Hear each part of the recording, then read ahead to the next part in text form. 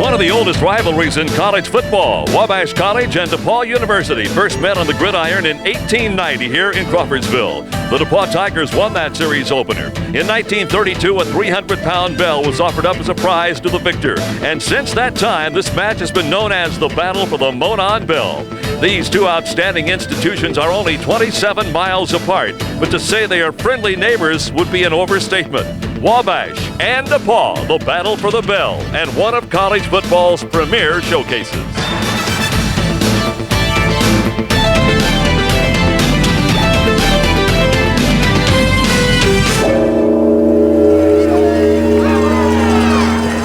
This chilly and overcast Saturday afternoon, we welcome you to Byron P. Hollett Little Giant Stadium on the campus of Crawfordsville, on the campus of Wabash College. I am Jerry Baker. Welcome into one of the great college football rivalries of all time. Jerry Burnt, standing next to me, knows all about that. Jerry coached here a couple of years. Jerry, we'll get into that a little later, but first off, tell me about this game. What are the keys of this afternoon's game for the DePaul Tigers? Well, DePaul must win a turnover battle. Both teams are plus in the turnover ratios, and DePaul has to prevent the turnovers themselves and win that battle. In addition, they must make sure that they don't give the potent Wabash big plays. So a lot's going to depend on the corners from the DePaul Tigers.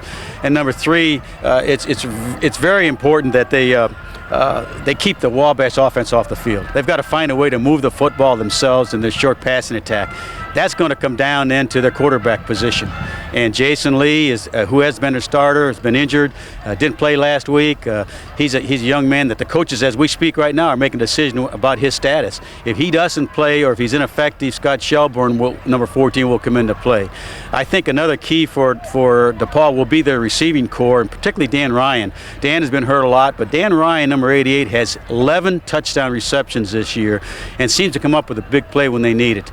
And then the Wabash offense have to be concerned about Frisky Williams, number 77. They got to be aware of where he is all the time. Those are some of the keys in this game today for DePaul. All right, and as far as key players are concerned, that quarterback situation is still very much up in the air right now. Jerry, we look forward to your comments throughout the game. Thank you, Jerry. Nick Morosis is the veteran head coach of the DePaul Tigers. We asked Nick what it would take to win this battle for the bell. Number one is the team that makes the fewest mistakes will win the ball game, no question. You can't have too many turnovers, and you really have to be careful in special teams. It's not only offense, defense, but special teams has always played a key in the ball game. And it always comes down to 3 or 4 key plays that one team will make and the other team will not make, and that's the key. And so it comes down to 3 or 4 plays that to win, you have to make them. Back with us again for his side of the issue, if you will, Joe Emick, with whom he worked last year on the coverage of the Monon Bell game. Joe from Wabash College. Joe, talk to me also as I talk to Jerry. What are the keys to today's game for the Wabash Little Giants? There are 3 keys for Wabash today. First is to protect the passer. This is a prolific offense, but without pass protection, it will grind to a halt. In over 400 passing attempts on the year, the offensive line has just allowed 15 sacks. They'll need that kind of protection today for Jake Knott in this Wabash offense. The second key is on the other side of the ball. Wabash must get a heavy rush on the DePaul quarterback, whomever that may be. They have done a great job at that this year. They have a school record 45 sacks on the season. They must get pressure on the DePaul quarterback. The third and final key, and perhaps the most important, special teams play. This game can turn in a minute on a special teams play. Wabash must be flawless in that area if they are to bring the bell back to Crawfordsville. 3 players for you to watch today for the Little Giants. The first is the man who makes this offense go, number 19, sophomore quarterback Jake Knott. Already the second leading passer in school history. This year, 2,500 yards and 27 touchdowns for Wabash. Protecting him up front, number 78, senior left tackle Thomas Brown. He'll have 2 important duties today, protecting Jake Knott's blind side and keeping All-American defensive end Frisky Williams out of the backfield. And the final player to watch today for Wabash, the heart and soul of their defense, senior B.J. Hammer, who has a school record 15 sacks on the season. All right, Joe, thank you very much. Look forward to your comments throughout the day. Greg Carlson is the head coach of the Little Giants, been around here for a few years, knows what this game is all about. And we asked Greg what it's going to take for his Little Giants to win this afternoon's Monon Bell game. Well, obviously our quarterback needs to play really well for us, and I think our receivers, Short and Casper, have to have big days catching the football. And on the defensive side of the ball, our DBs have to play well, particularly our corners. I think Scott French and Chad Springer have to have a good day. Down on the field where the folks are really going to get chilly this afternoon. Let's go down and say hello to Stephanie Stang and Davey Neal. Thanks, Jerry. I'm really excited to get this game starting. As you can tell, the crowd is getting anxious. DePaul is looking for their 5th victory in a row today, so the excitement grows. Thank you very much, Stephanie. This is my 3rd time doing this Bell telecast. I'm proud to be here working with a great crew, and hopefully my 3rd time can be a charm and bring the Bell back to our brand new athletic center. So let's get this game underway. Back to you guys. The captain's heading out to the center of the field right now for the coin toss. Jerry Burnt, you coached in 2 of these games. What's going through the coaching staff's mind right now? Oh, they have everything going through their mind. I haven't been to a Monon Bell game, Jerry, since 1980, the 22-22 tie that we had back then. Right now, they've got every emotion imaginable that they're going through. One of them would like to have the ball right now, and one of them would like to be on defense right now. And it's one of those moments where if you've never been a football coach, you don't understand what's going through their bodies and their minds right now. Well, as you can see, Wabash did win the coin toss, and they have opted to defer that choice until the second half, so DePaul will get the choice. They will receive and defend the goal. 2 hour left. Some of the fans in the stands here at Wabash College. We mentioned the players. 2 of the best you'll see on the field today. B.J. Hammer, he'll wear 91 for Wabash. Frisky Williams, he'll wear number 77 for DePaul. Yeah, we've won conference championship in the past, and last year we had a good season. This year we're having a real good season. I've been having a good season personally, but the Bell game's it's the top-notch thing that I've been looking for. Put all records and everything else aside, this is what I've been working for. It would just put the icing on the cake for us to just seal this, for me to seal my career here at DePaul with a 5-0 victory over Wabash. You know, I mean, I know they're gonna be hungry, 4-0, but I just love to smash them one more time. Well, this is the 107th meeting of these 2 teams. Overall, DePaul leads the series 49-48-9. The Monon Bell series began in 1932. DePaul's Tigers also lead that 33-29-6. And one of the things that Wabash is focusing on is the fact that DePaul has won the last 4 games. And prior to that, the Little Giants had won 4 of the previous 5 with 1 tie. But Coach, as they say, throw all the records out the window. It don't mean nothing right now. It doesn't mean a thing. I remember '79, we didn't have a very good football team, and they had to run a kickoff back to beat us 16-13. But here we go. We're going to kick it off and make it happen. Nathan Free, number 5 for Wabash, will kick it deep from his own 35-yard line. It'll be taken back just about at the 2-yard line, brought out across the 5, the 10, the 15, the 20, and knocked down just across the 25-yard line. That appeared to be Joe Shane, the ball carrier that time. We will take a look now at the DePaul lineup. The DePaul offensive backs and receivers. You see Scott Shelbourne is listed in the starting lineup. Joe Emick, what have you seen out there? Is it Shelbourne, Coach? No, it's Jason Lee. Jason Lee is starting, the left-handed quarterback. Now, we were talking about Jason Lee. He is injured, and how effective can he be today physically? Well, I think he's going to operate out of shotgun a lot. They have a knee brace on, and right now he's lined up in he's shifted back to shotgun. They're shifting out into a spread formation. So we'll see how he does. He did pretty well on Thursday. Jason Lee, the lefty, tosses it out on the flat on the far side. He's got the receiver, got the first down across midfield or right up to the midfield stripe, bouncing across the midfield line. That's Shane.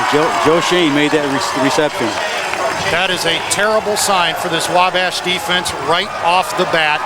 DePaul goes to 5 wide, prevents Wabash from blitzing, and they did what we thought they would do. They're going to screen and draw all day long, and fortunately for Wabash, they get a break on this play. Here is the defensive unit now, excuse me, Coach. Here's the defensive lineup now for the Wabash Little Giants with Trebley, Mercer, Hammer, and Hammer. Those Hammers, BJ and Blair, by the way, are brothers. There's a look into the Wabash defensive unit. It was a holding call called against Wabash College, against DePaul University, I should say, and that'll move the ball back just shy of the 20-yard line. DePaul's second attempt from the offensive side of the line with Jason Lee at the quarterbacking spot, running out of a short shotgun. Quickly on the near side, they go to Shane again. Shane gets one nice block out there and gets it out to about the 25-yard line. That's a nice little bubble screen pass they just thrown, and they shifted both times out of a tight set to a no-back set that time. Trevin Upkeys, the middle linebacker for Wabash, is the guy who comes in and makes the stop that time.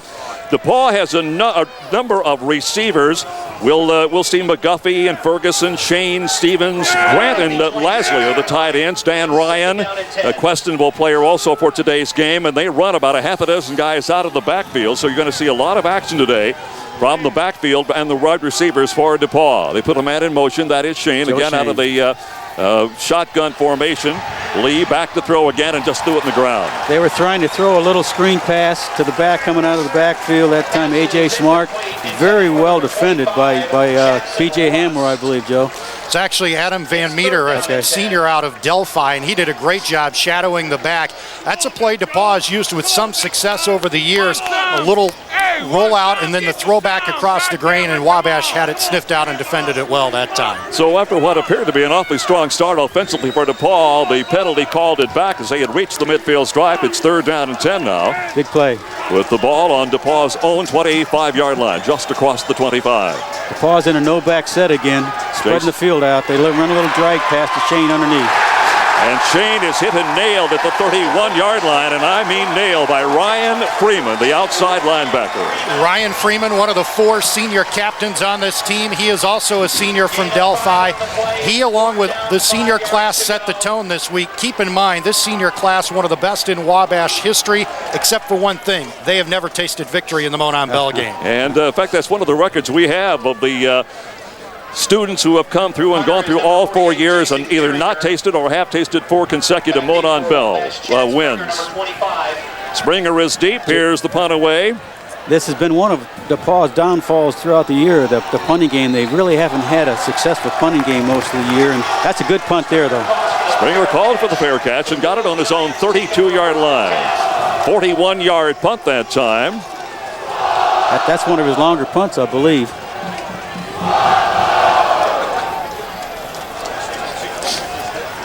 Well, that was a tough series that time for DePaul. They opened up with such a great play to get it called back for holding penalty. All right, let's see how Wabash comes out of here now. Jake Knott is the quarterback, number 19, a fine young quarterback. They spread him wide to the left side. And again, out of the shotgun formation is Knott. He keeps the ball and moves it up maybe a yard or 2 on that play.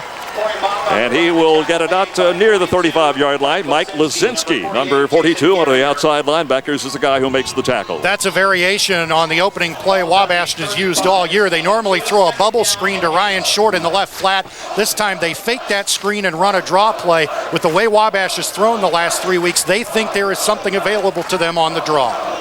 And obviously we all know that the DePaul rush defense is one of the strongest in the country, as well as the Wabash rush defense. Here's a bubble screen. Knott's got the pass complete on the right side. Very well defended. Out of the backfield, Ryan Short. And Short back to about the line of scrimmage.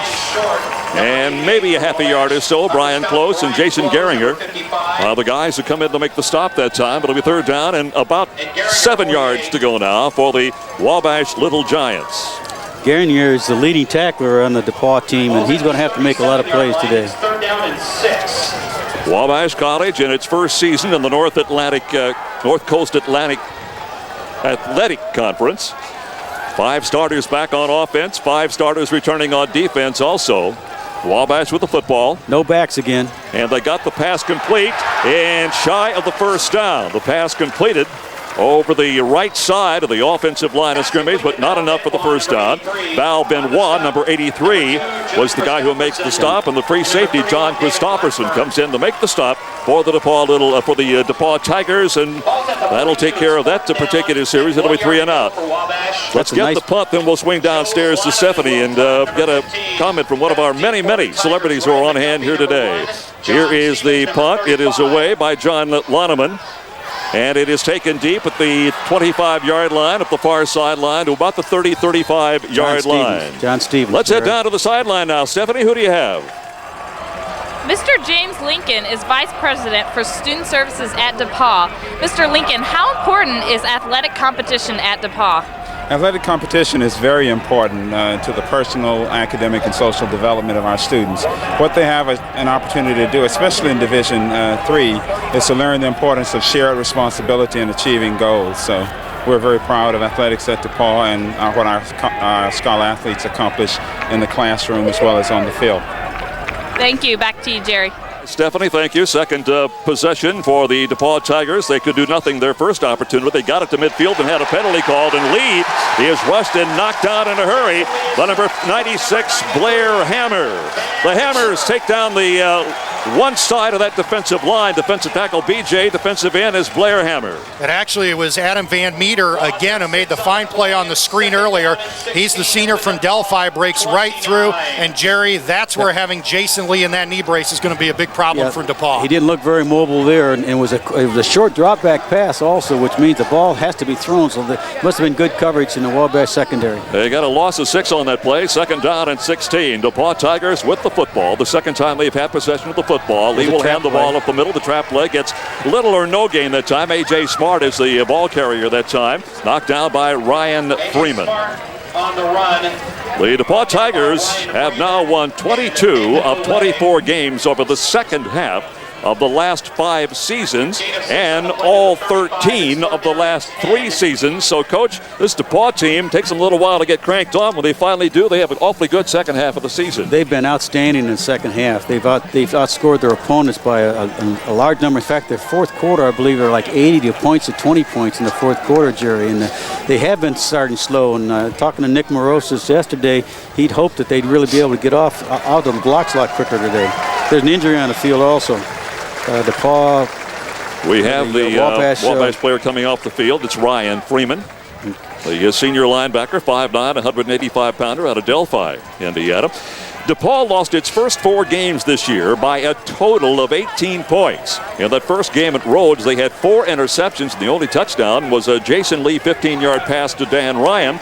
They lost to Hanover 24-21. They lost to Hope in overtime 30-24, and they lost here at home to Trinity 30-26. So 4 losses, 18 points, but they won their next 5 games, including a shutout last Saturday against Rose-Hulman, 10-0. Here is the pass intended upfield at the 35-yard line, but incomplete. Trying to hit Ryan McGuffey down the seam. Scott French and Brad Taphorn were the defenders in that area on Ryan McGuffey that time. Nice job by the corner that time, French. They were trying to hit McGuffey down in the seam and trying to hit him split the corner and the safety that time. And I don't think Jason put enough velocity on the ball that time. And DePaul is now 0 for 2 on third down conversions this afternoon. That'll be a big stat for Wabash. This defense was very good on third down all year long, holding opponents to just a 31% conversion rate. I think DePaul's average on third down, Joe, is like 33%, and they've got to do better than that. Chad Springer is the young man who takes the punt, gets it out across the 45. They'll mark it down to the 47-yard line, and Wabash College now will get its second opportunity with the football this afternoon. Hi there, I'm here with Tom Freeman, class of 70 and father of team captain Ryan Freeman. Talk about what it's like to be a father standing on the sidelines watching your son play in his last ball game. Well, Davey, it's tough. It's very emotional. Been following Ryan's football since he's a 5th grader, and we're very proud of him as an athlete, just as proud of him as a student. He has got almost all A's at Wabash and ranks real high in his class, but it's extremely emotional. I mean, just really emotional. And we've lost 3 or 4 years in a row, and we won a victory this year. That's great, and congratulations to him, academic all-district this year. Back to you guys. Jamie, Corey Mock, and we're going to call Corey's name an awful lot this afternoon. He's one of the running backs, put down by Freddie Marrero, 12 yards on the run that time. Picks up a first down with 9.5 minutes to go. No score here in the Monon Bell game. The Little Giants have not run the ball well, but that time they picked up a first down running behind Big Thomas Brown. Slot to the left side. Bertrand is the guy in the slot. Wide out is Kurt Casper, way down at the bottom of your screen. Here's the give to the first man through in the backfield. Walk again, we'll get it across the 40, out to about the 40, about the 37 or 8 yard line. And Frisky Williams is the guy who'll come up and make the stop on that play defensively for the DePaul Tigers. Wabash has run what we call the inside zone play twice, once to split in and that time to the tight end. And first play was an awful good play that they ran, Joe. And watch for Wabash now, Jerry, to begin working the passing game off play action. Okay. They've not been able to run the ball effectively this year. If they start to get it 3 or 4 yards a crack, they'll go to the play action to open up the passing game. But here, looks like Jake's just going to air it out. No backs. Second down and 7. Jake Knott back to throw. He's got a wide receiver over the middle. That receiver is Kurt Casper, and Casper's got the first down. Kurt Casper is having a terrific year. That is his 78th catch on the year. He's closing in on 1,000 yards on the season, and he has a school record 12 touchdowns. And this is what he does best. He runs the little slant route, settles down in the zone, and Jerry, that time looked like Frisky Williams was back in a zone blitz, dropping back instead of rushing the pass. They did. They were in a zone package, and they found the softness of the zone that time. Christopherson and Lazinski on the stop that time for DePaul. Wabash football, 1st and 10 with 8:15 to go here in the first quarter of this game, and nothing doing this time in the backfield for Corey Mock. That's a little counter trade play that they ran. Boy, nice job over on the right side that time. Mock on the run, the tackle made by Christopherson, number 2, and Austin Jacket, number 99. DePaul was coming with a stunt that time. They're bringing a strong safety off the weak side that time, right into the teeth of the play.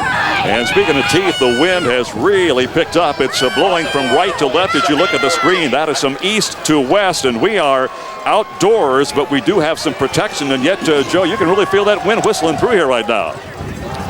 It is blowing. It is blowing, it's sure. Oh, Knocks back to throw. He gets a real good defensive block back there. He will run with the football. Will he get the first down? No, he will not.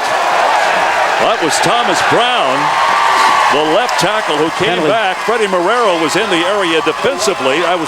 Jason Gehringer. Jason Gehringer had him, Joe. Jason Gehringer had him, took the wrong angle that time. Great run by Jake Knott, and this is a sign of his maturity. His decision-making on when to pull the ball down and run has been much better this year. A penalty on the play. It'll go against the Little Giants, and you saw it just a minute ago. Val Benoit, the freshman from Texas, making a freshman mistake, knocking a DePaul player out of bounds after the whistle, and this penalty will wipe out a great run by Jake Knott. So just as happened to DePaul, Joe and Jerry, when they had a first down at midfield, they thought the penalty will become a factor in this game. It will move Wabash now back to the 32-yard line. It will be second down, and it looks to be about 17 or 18 yards to go, maybe 15 yards to go for the first down. The Wabash offense with Jake Knott at quarterback.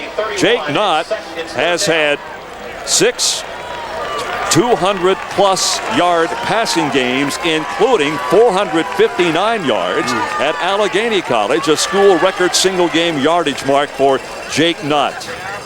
Knott's going to throw this time. Quick slant over the middle, and this time he threw it behind the receiver, Kurt Casper. Jason Gehringer made a nice play to bat the ball down. Casper was open. They may have had room to run for the first down, and we expected Frisky Williams to be the defensive star for DePaul today, but Gehringer is off to a terrific start at linebacker here in the first quarter. 4th down and 16. Joe, you were telling me when we were talking before the game that the kicking game is not the best in the world for the Wabash Little Giants. Wabash on its 3rd place kicker of the year. Unless they absolutely need it to tie or win the game, they will not kick a field goal outside 30 yards. Here is Loneman to punt it away from the 40-yard line. He's got the wind behind his back, and did he get it before it went into the end zone? No, it is a touchback. Boy, a terrific effort that time. Mr. Max Hittle is a vice president of the Alumni Board of Directors. Mr. Hittle, what does the Monon Bell tradition mean to the DePaul alumni? Well, this rivalry is one that never ends, even after you graduate. So it's an opportunity for us to gather both here and about 40 places across the nation to renew that rivalry and relive some of the best moments of our undergraduate careers. It's always an opportunity to get together and celebrate one of the best rivalries that football has seen. Thank you. Back upstairs in the booth now, the handoff to one of the running backs with little or no running room. Hit the line of scrimmage on the left side of the line, and there was Ryan Freeman. And A.J. Smart could go nowhere. Freeman was there along with Nathan Boulay and Trevin Upkees for that linebacking core for the Wabash Little Giants. Coming into the game, Wabash ranked 23rd in the nation in Division III football against the rush, allowing just 83 yards per game. They've done a good job so far today against DePaul. They have. That was an isolation play that they just kind of stuffed at the line of scrimmage, and Smart couldn't find a room to bounce it outside or inside. You can see the movement in the defensive line for Wabash. That's the penalty. That'll be an encroachment penalty. Here's a pass out on the near side to Joe Shane. Shane will get it across, or right at the 30-yard line. Trevin Upkeef was there to knock him out of bounds, but the penalty marker is down. The penalty will be against Wabash College. That may be a first down. If it's a first down, I'm sure they'll refuse a penalty. Very close, Jerry. Have to bring the chain all the way across the field here. They'll make it third and inches or first down. That's one of those tough decisions a coach has to make now. You take the penalty and replay the down, or you take the third down and make it 3rd and 6 inches, you know? Well, let's see what they're going to do now. No yards rushing so far in this game for DePaul. No net yards. That's incredible. They're going to have to rush. They're going to have to run the football. They're going to have to find a way to run the football a little bit against this very tough Wabash defense. Jerry, it's interesting for two teams that are lighting it up through the air. It may come down to which team runs the ball best today. Well, I thought that early. I mentioned to you guys early before we actually started the game that I thought that might have to happen. They have to control the game somewhere, and to control the game is with a short passing game or the running game. It is the first down of the game for the DePaul Tigers. Talking about points, DePaul scored 52 points at Blackburn this year, the most since they scored 52 against Manchester in October of '92, and the most points scored on the road, which this is a road game for DePaul, since scoring 54 at Olivet Nazarene on the 22nd of September in 1984. So they both have the ability to score, but the defense on both sides of the line of scrimmage has been very, very good this year. Here's the inside handoff to A.J. Smart. Nathan Boulay is there to make the stop in the linebacking position for Wabash College to pick up on the play of about 5 yards. It'll be 2nd down and 5. It's kind of interesting. I've been charting the formations, and right now DePaul in their 3rd series is lined up in 7 different formations. Wabash in 2 series is lined up in 6 different formations. Spoken as only a coach, Joe, would pay attention to stuff like that. If you're just joining us, glad to have you along today. This is truly one of the great rivalries in all of college football. Now those stands that Joe and I were talking about have begun to fill up. Jason Lee is back to throw. Got a receiver over the middle. The pass is caught. It is complete to Neville Grant, the tight end. Grant with company in a hurry defensively from Lonnie Heck out of that strong safety spot over there. Now DePaul runs a lot of plays where they drag the person underneath and put a player on top in what we call a dig route, and the quarterback has his choice of either going low or high, and that time he went to the low drag guy. And the secondary is the clear weak link on this Wabash defense, and DePaul has done a pretty good job today of exploiting it, and they certainly did that time. Dan Ryan was a bit of a questionable player in this game. That is he way out to the top of your screen. Dan Ryan split way to the left, got a man in motion in the backfield. That is Heath Crane. Here comes the reverse. Here comes the trickery. They've got a man wide open upfield. Overthrew it. It was Ryan McGuffey. Joe, you had warned me ahead of time, the coverage by Chad Springer, by the way, you had said Wabash might have a couple of little tricks in their bag. You know DePaul's got them also. They certainly do, and Wabash has been victimized by them many times over the years, and they get a break here because the receiver had burned the defensive back, Chad Springer, for the Little Giants, and again, DePaul doing everything it can to pick on that Wabash secondary. And it wouldn't have mattered anyway, Jerry, because we had an illegal shift called against the DePaul Tigers. So penalties have played a major part in this game. They had somebody moving actually before the ball was snapped, and once you have more than one guy moving, you have to establish that position for 2 seconds, and they didn't do that. I'll tell you what though, they had it, didn't they? They were playing in reverse, and McGuffey was wide open. They just missed it. 2 penalties now against the DePaul Tigers for a total of 12 yards. They're sending number 9. It's Rondell Ferguson way to the top of your screen. This kid can fly. And let's see if they go that way. They do not. They come the other way. Well, Lee can't go anywhere. Nice job by Lee to get away from that. Nice catch over there for Rondell Ferguson. He did get it out to Ferguson in time. Terrific pressure that time. Nathan Boulay is the guy who comes in to make the stop, and that time the defensive front 4 of the Wabash Little Giants very effective in stopping the rush of DePaul on the pass play. Well, that's a nice job. I'm surprised Jason Lee. He showed a little bit more mobility there than I thought he had. It's a nice job of getting outside and finding that open receiver. There it was, number 9, Rondell Ferguson. He is getting great protection, Jason Lee is. And one thing DePaul has done by going to the shotgun and spreading to 4 and 5 wide, they spread out that Wabash defense, and they can block 5 on 4 up front and take away the blitz. Under 5 minutes to go in the first quarter, no score. The Monon Bell game, 107th edition. Out of the shotgun again, Lee. He has Shane on the near side. Shane's got the first down. There's a nice little dance on the sideline. Picks up 5 or 6 more yards and gets out of bounds just shy of the 30-yard line. Joe Shane, one of the key targets. Lonnie Heck is the strong safety, and Ryan Freeman was also in that area. And again, they're going to Shane, and they're doing, Jerry, with regularity, 20 yards on the pickup. And that was a nice job by John Stevens, the other receiver, to block and help Shane get to that extra yardage. Just a little flat pass, easy throw for Jason Lee that time. DePaul on the move now. The nose of the football just outside the 30-yard line on a 1st and 10 situation with 4:44 to play here in the first quarter. Then spread set again.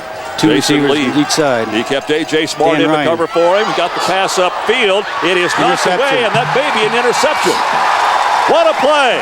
It is intercepted by Wabash just inside the 10, and Scott French is the guy who got it. Plays like this turn Monon Bell games in a hurry. What a freak play. The defensive backs and the intended receiver collided. The ball stayed alive. And Scott French, who was not expected to play much in today's game beyond the first series, he's a senior out of Indianapolis, Ben Davis, in the right place at the right time to come up with a huge turnover. And when you're the Wabash defense getting burned deep, you need a turnover to make things happen. Let's see if Jake Knott can get the offense down the field. That is Chad French's first pass interception of the season for the Wabash Little Giants. And Joe, how that thing stayed off of the ground is a story unto itself. They throw the ball up for grabs on the near sideline, and incomplete, intended for Dan Ryan, and that'll stop the clock now with 4:32.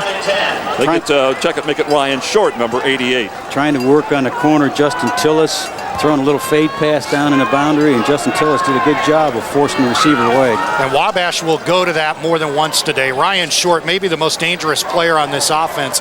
He's an H-back who blocks like a tackle, he catches like a wide receiver, and he runs like a running back. He'll make a difference before this game's over. Coach Carlson had talked about his club. He said, we have to find a way to eliminate negative plays. Well, DePaul had a negative there that Wabash is going to try to turn into a positive, and they almost turned this into a negative play. Against Earlham, for instance, Wabash had 90 plays, and 21 of those 90 resulted in some type of loss. Cannot have that in any kind of a successful season. Jake Knott looking for Casper, has some pressure. Casper well covered. Now Wabash facing 3rd down and long. And this is where having such a pass-heavy offense becomes a problem. You can't rely on 4 yards a carry to keep you out of those 3rd down and 10 situations. Yeah, that's exactly what it is right now, Joe. 4.5 minutes to go in the first quarter of this game. The Monon Bell game. We're live for you this afternoon from Crawfordsville, Indiana, the home of Wabash College. Beautiful college. Back to throw again is Knott. Knott's got a receiver, but he threw it too short. And it bumps on the ground, and Kurt Casper. You know, one thing that DePaul is doing a lot of, they're lining up in their nickel package. They're taking one free safety, Freddie Marrero, and putting him in a linebacker spot. So they're lining up with 5 defensive backs now to counteract the Wabash spread set.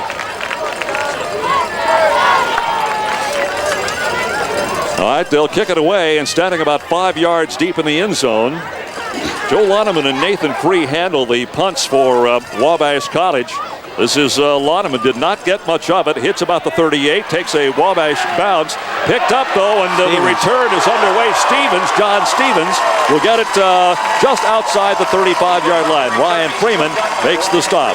Thanks, guys. I'm here with Stan Walker, Wabash class of '66. Stan, tell us about some of the Bell telecast parties that you've organized across the country. Well, we started last summer with a lot of very excited alumni who wanted to help us with these telecast parties, and we've got over 40 of them going on right now across the country. And I'd like to say hello to all those Wabash alumni out there and thank them for their great effort today. Great, thanks a lot. Back to you guys. DePaul with the football. That punt, by the way, 36 yards with the wind at his back. Lee will throw it again, comes out to the near side off that double screen. Shane fumbles the football, and as Wabash got it again, they do, at their own 30-yard line, and Lonnie Heck is the guy who comes in and picks up the fumble recovery. Lonnie Heck is always in the right place at the right time. He is one of the finest special teams players in the country, and he has acquitted himself well in his first year as a starting defensive back. And Jerry, you know how it is as a coach. It's more important to be in the right place at the right time than be good sometimes. Remember at the very outset, I said one of the keys of the game was turnovers, and DePaul can't turn the ball over. Now we've seen 2 big turnovers. That's a problem right there. Chad Springer is the young man who stripped it. That's the 2nd turnover of the game.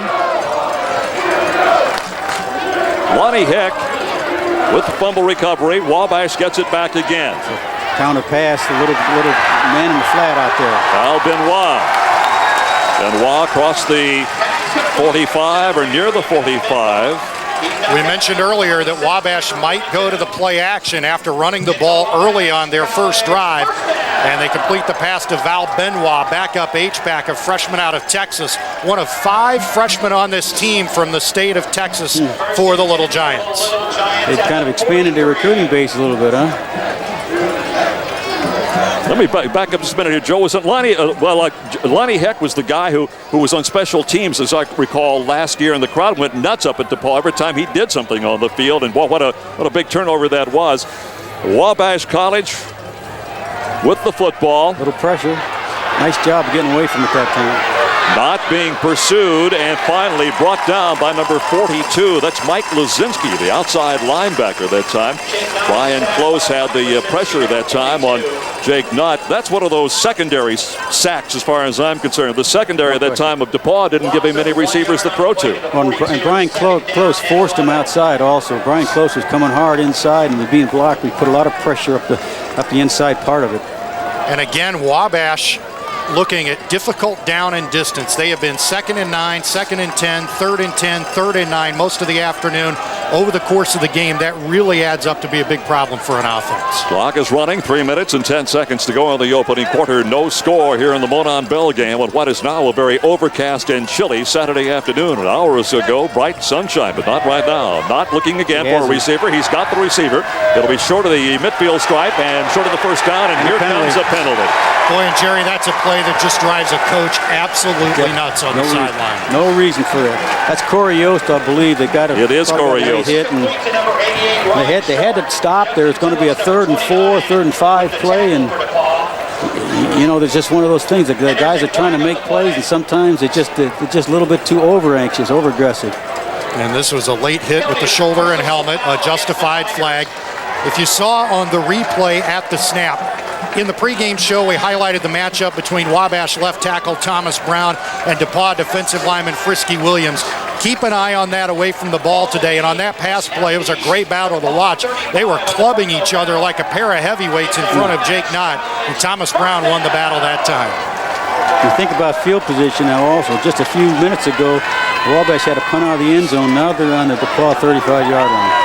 Turnovers will do that to you. Absolutely. Clock now inside 3 minutes, 2:45 to go in the opening quarter. Still no score. Wabash in the red jerseys. School colors red and white, of course. Here's the inside handoff and the draw play. Running room for Corey Mock. Mock will get it right around the 25-yard line. Corey Yost, the backup free safety for John Christopherson's the guy who comes in to make the stop. 10 yards on the play, and the replay again here. This is a great call from the Little Giants. They go to the 5-wide shotgun set, and they run a little draw up inside. They have not run the draw play much over the course of the season. They knew DePaul had seen them throw it all over the yard the last 3 weeks. They put in the draw plays this week, and they've been effective so far this afternoon. Jake Knott doing a nice job running this ball club. He's an economics major, member of the Beta Theta Pi fraternity, starting catcher on the Wabash baseball team, by the way. Jake Knott, number 19. Knott with the pitch back, long range, sweeping the right side. They've got the first down and more. Across the 10 and knocked out of bounds somewhere around the 7-yard line by Corey Yost again. And this is a great sign for the Little Giants to begin to open up the run. No question. They have not been able to rush the ball effectively all year. It's a little toss play to the weak side. Mock with all kinds of running room. You see Frisky Williams chasing from behind, but Mock was well in front of him. Wabash now 1st and goal. They like the fade here to Kurt Casper or to Ryan Short. Whichever receiver has man coverage on the corner, Knott may throw the fade deep to the corner of the end zone. Well, the man coverage, Joe, if that's the case, is down to the left of the screen down here. Well, in fact, they've got man coverage, it looks to be, on both sides of the line of scrimmage. Here's the inside handoff, though. Mock again down almost to the goal line. Corey Mock, number 31. He has had one 100-yard rushing game this year. That came against Worcester College. He had 123 in that game. Defensively, Freddie Marrero in to make the stop, and the ball is almost on the goal line now for Wabash College. You cannot underestimate the impact for the Little Giants if they pound the ball in for a touchdown on the ground. For them to move the ball on the ground in the end zone, this would be a huge boost of confidence. And Jake Knott will try to do that, Joe. Did he get the job done? No single yet from the officials. Knott was running behind the center, Thomas Meeker, and the guards, Bucky Kramer and Joseph Perrodin, but no signal yet. He only had about 6 or 8 inches to go. John Christopherson, the free safety, along with Alston Jaquette were the guys who came in and maybe stopped him that time. It moved what, Joe? Maybe 3 or 4 inches? If that much. If that, and it's going to be interesting with Wabash's kicking problems. If they don't get in here, will this be 4-down territory for the Little Giants? Oh, he fumbled it. There's a fumble. I believe DePaul's got the football. They do at the 3. We think it is John Christopherson. We'll wait till they untie him. Tim Borf is doing our spotting, and he's had his hands full today. There has been so much action early in this game. Off the deck. Yes, that's who it is. It's number 2, the free safety, John Christopherson. He was on the line of scrimmage that time coming. Jake Knott never had control of the ball coming out from under center. Watch it here. It goes right up through his hands, and he had no chance. Val Benoit tried to get it, but it kicks out of the pile, and a huge turnover for the Little Giants. And Joe, if you looked at that carefully again, you can see Jake moving forward literally before the snap of the football. That's just a technique flaw right there, a technique error that time.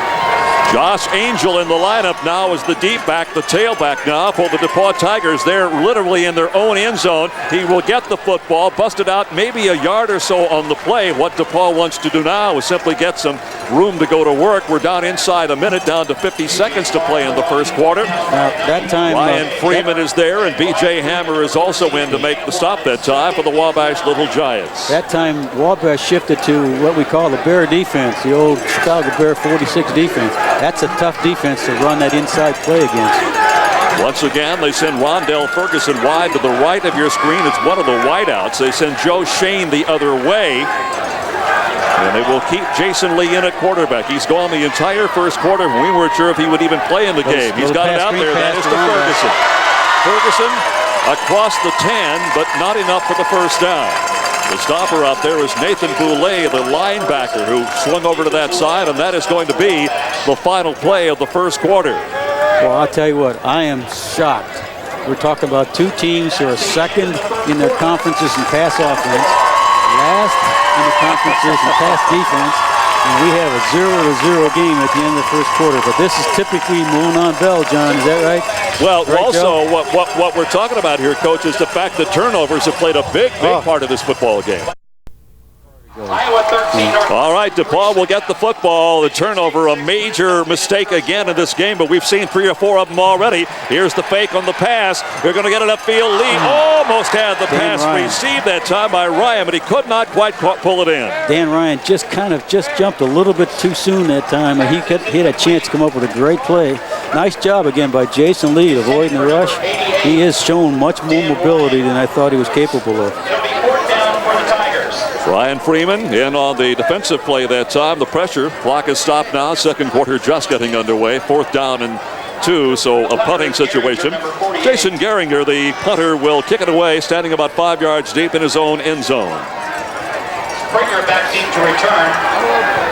He got it away. It's an end-over-end kick. It is taken at the 41-yard line and quickly knocked down at about the 38-yard line.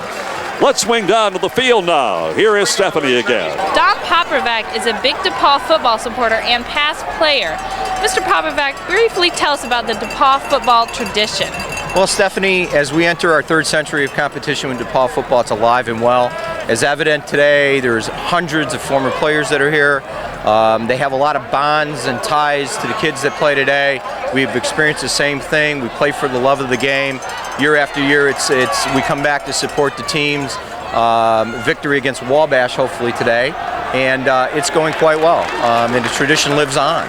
Thank you. The Little Giants keep the ball on the ground and pick up maybe a couple of yards on that play. Again, pretty good field position for the Wabash Little Giants. Joe, you just got the first quarter stats. Did anything jump out at you there? Well, the passing yards.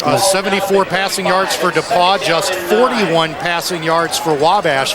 So this game being played much more closer to the vest by both coaches than we had anticipated.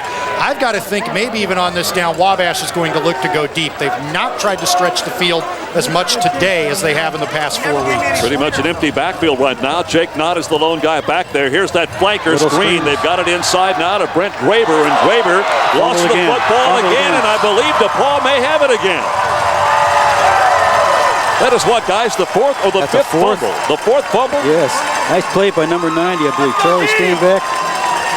Olsen Jacquet is the guy who recovers. This is a jailbreak screen on the cross route to Graber. Is the guy who forced the fumble. And he just has the ball stripped away. You'll see it right here. Helmet on. Oh, he was down. That was a terrible call. He was down and the ball popped out. Now look, guys. That is nothing in my contract says I've got a referee up here. So they wisely put me between Jerry and Joe in the booth up here right now. I just go with the referee's decision. Lee back to throw again, gets all kinds of pressure, threw it upfield and just kind of threw it away. In fact, he threw it clear out on the track out here. Jerry, when you were down on the sideline, was that your philosophy? Just go with the official's call? Well, as long as he went our way, Joe. Matt Mercer with the pressure that time on the quarterback, Jason Lee. Now that's one of those new rules that's in college football now. That in the past few years they put that rule in where if you're outside the box you can throw it away, but if you're inside you can't. I mean, it's just that just happened last year, in fact. DePaul with the football. Jason Lee against hope set school records back on the 16th of September for completions 41 and attempts 42 and yardage 486. He has no fear of throwing the football, and I think all of us in the booth are a little shocked at his physical prowess today because we weren't sure if he would even play. Over the middle pass he could not bring it in. Dan Ryan. That's two now that Ryan's had up high that he couldn't draw down. Ryan Freeman again, the linebacker in the area. Well, that's one of those situations that Dan Ryan can't come up with. I mean, he had a chance to make that play. He's a big, tall receiver, and I remember at the outset I said that I thought he'd be one of the keys to the game, and that's one of those plays he's got to make. Tough play, though. Well, the clock is stopped now with 13:44 to play. Still no score. DePaul had it down on the, what do you think, Joe, the 2-inch line a few minutes ago? Wabash had it in the 1-inch line, I think. Wabash had it. Now movement, the left tackle, number 54, Brian Spillbeeler. And he was the guy who pulled back that time. It'll be an illegal procedure call against DePaul, and once again the penalties playing a big part in this football game. Penalties and turnovers, the coach's nightmares. Penalties and turnovers. That's one of those situations they may have been going on a silent count because he was a shotgun, and the line's supposed to kind of peek out of their eye and look at the ball a little bit, and sometimes it just doesn't happen. Jerry, you were talking about Dan Ryan. In 7 games, he's got 40 passes for 789 yards, an average of almost 20 yards per catch. Today, he has not been able to hang on to it. DePaul with 4 penalties, Jerry, for 32 yards today. Screen. Interception. Intercepted. Terrific defensive play turned in by the defensive end. Let me check who it is. Is it Trebley? It is Joe Trebley, number 99, the big defensive end for Wabash. What a terrific job. They were trying to go to Aaron Casada, the running back. And Trebley makes a great play. He just reaches up, gets a big mitt on the ball, and hauls it down. This is a great defensive play. And this has been a big week for Joe Trebley. This young man was named District Academic All-American in Division III. He spent his summer working at Harvard University doing cancer research as a biology intern. He gets the academic honor and now comes up with a huge play for the Little Giants. The Wabash Little Giants' second interception, the third turnover for DePaul. They'll try the left side. They're inside the 10. They're just outside, about the 7-yard line. What turnovers! You know, guys, I expected the meter to be high on that level, but I did not expect that many turnovers, especially early on in the football game. That's 5 in the first half, with still 13 minutes to go. That's a tackle by the whole right side of the defense in front that time. Second down and goal now. The ball is on the 7-yard line of the Wabash Little Giants. Jake Knott is going all the way at quarterback. They put a man in motion. Ryan Short, the H-back. Back to throw is Knott. Knott trying to find the receiver. Throws it into the end zone, and it's knocked down. That's okay. Don't worry about it. The defender in the area that time literally had no chance to make the interception. It was David Blackburn, the cornerback, number 31 for the white-clad DePaul Tigers. Now it's 3rd down and goal. We mentioned earlier that Wabash likes to throw the fade route. That's what they wanted. The first option was the fade to Short, who came in motion, flared to the corner of the end zone. DePaul shut it down and had no other option. They really forced the receiver. They wouldn't let the receiver outside that time. Now, Joe, this is an important play. You talked about the lack of kicking game for Wabash. They're in a position now where they need to pump this in, or they've got to make a big decision here. They went with the empty backfield. Mock is the man in motion that time, thrown over the middle and almost intercepted again. Good defensive play right on the goal line. They were going to Kurt Casper that time. Now, what do we do here, Joe? They're going to kick, Jerry. All right. Okay. And we are going to see, for you people who like old-fashioned football, Coach, you're going to love this. Olmi Olmstead, a 230-pound reserve offensive lineman with a square-toe shoe, will kick a goal. Back in my grade school days, straight on. Looks like it'll be about a 24-yard see what Olmi can do here. Here is the straight-on kick. You just never see this. It looked good from here. It is good. And the first points of the football game belong to the Wabash Little Giants. The field goal by Olmi Olmstead. He will kick the extra points. They had told us earlier that Nathan Free would kick the field goals, but that was almost an extra point distance. Olmi Olmstead straight on, 29-yard field goal makes it 3-0 Wabash with 12:48 to go in the first half of this football game.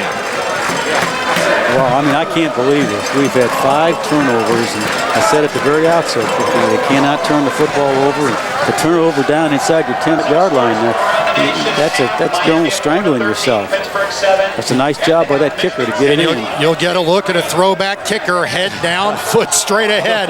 Looks like a Joe Necro knuckleball flying through the uprights, but it still counts for 3 points. Wabash has to feel good about getting points on the board and taking the early lead. However, that's the second time they've been close and have not been able to get the ball in the end zone. They really need to get touchdowns inside the red zone. Joe, you talked about Olmi against Gross-Holman last week. Now, this was the first time he had kicked. He set a school single-game record for extra point kicks. He had 9. He missed his very first one a week ago, then had 9 straight in his first collegiate game. So Olmi Olmstead is going to be feeling pretty good about himself right now. No question. Here is the kickoff taken deep. Rondell Ferguson about the 12-yard line. This young man, as I mentioned, has got some good speed. This time there's no place to use that speed. He'll get it across the 25 to the 27 or 8-yard line. I'll tell you what, I'm totally surprised with the offense right now, production. In fact, I'm surprised with Wabash being able to run the ball like that. They've got 57 yards rushing already. Coach, let's go downstairs. Davey Neal's got one of the all-time greats at Wabash College. Davey? Thanks, Jerry. I'm here with Pete Metzlars, Wabash class of '82, All-American tight end at Wabash and former NFL pro. Pete, you've been in some great Bell games. What are some of your best Bell memories? Well, obviously, my best memories are 2 victories, my freshman and sophomore years. And then, of course, you take the bittersweet with our defeat our senior year when we were undefeated going into the game, ranked 3rd or 4th in the country. So a lot of ups, a lot of downs. The memory of my freshman year when they stole the Bell and us going down and invading the campus and taking it over until they decided to give it back to us. Just all those memories come flashing back as you're back here for the game. That's great. Thanks a lot and enjoy the game. Thanks, Dave. Back to you. Well, you talk about one of the great athletes of all time, Pete Metzlars, basketball and football player. Better basketball player than a football player here at Wabash. Led the Little Giants to the 1982 NCAA Division III national basketball title. By the way, that series was 4 plays covering 49 seconds at Olmstead's 29-yard field goal. 3-0 now. Here's the slant pattern coming inside. The pass is caught by Joe Shane. Not much of a gain that time. No. It is that's that little underneath drag pattern coming in there. And he didn't push up the field quite enough that time. 3rd down and 9. Jason Lee started this football game at quarterback. We were not sure he would. Had he not, Scott Shelbourne would have been in at the quarterbacking position. But Jerry Burns, I've seen no indications that Jason Lee is not that. Maybe he's not 100%, but he's got to be up in the 90s. He's doing a good job. His mobility really surprises me with the kind of injury he had. So, here's a whistle stopping the play. Some kind of an offensive procedure call.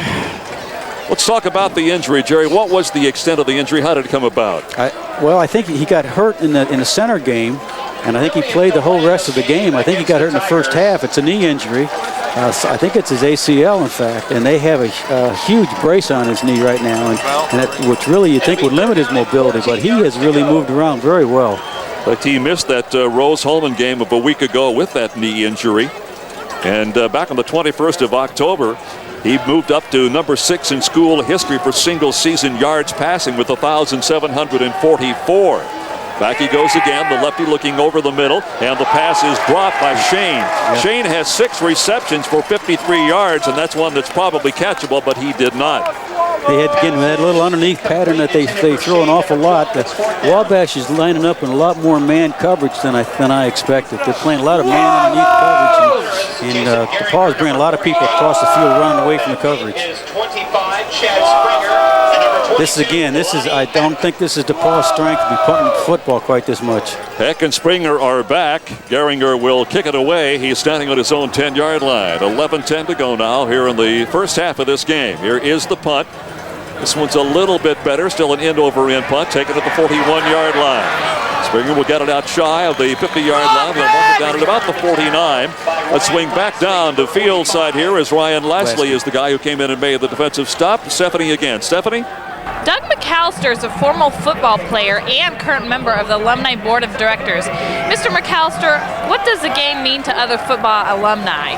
Well, Stephanie, I'll tell you, once you've played in a game with this kind of intensity and tradition, you never forget it. I can promise you there are about 1,500 active DePaul football alumni around the country today that will either check the internet or call their newspaper tonight or check at one of the 40 parties that are going on around the country. I'd also like to send some special greetings to 2 of the DePaul Wabash parties going on, our hometown in Cincinnati, and we have 2 children who are in Los Angeles at Westwood, California, starting the day off with a DePaul football game. I'll tell you folks, we're going to hold this one, and it'll be tight in the fourth quarter, and go DePaul. Thank you.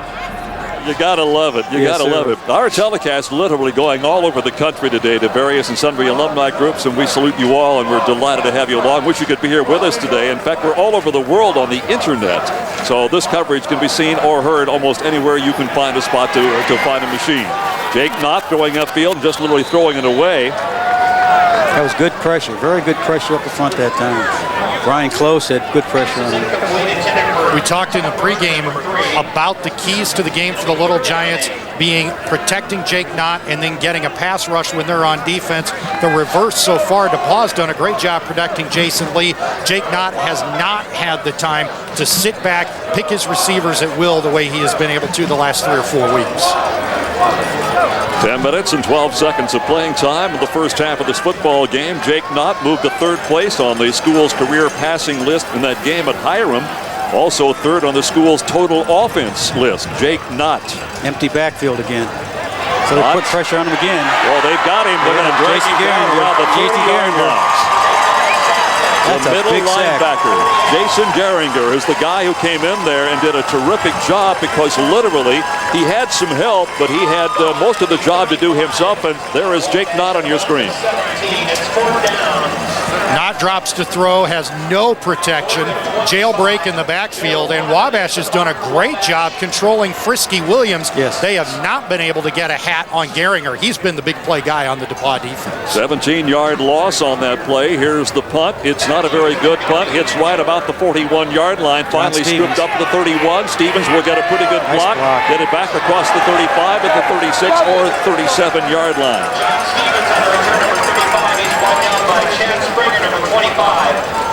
Joe Loneman, the Wabash punter, has kicked the ball much better than this throughout the year, averaging only 38 yards per punt. Not All-American numbers, but certainly respectable at the Division III level. He's had a bad day so far today. That's just a 34-yarder. And Stevens got a great block from Justin Tillis that time.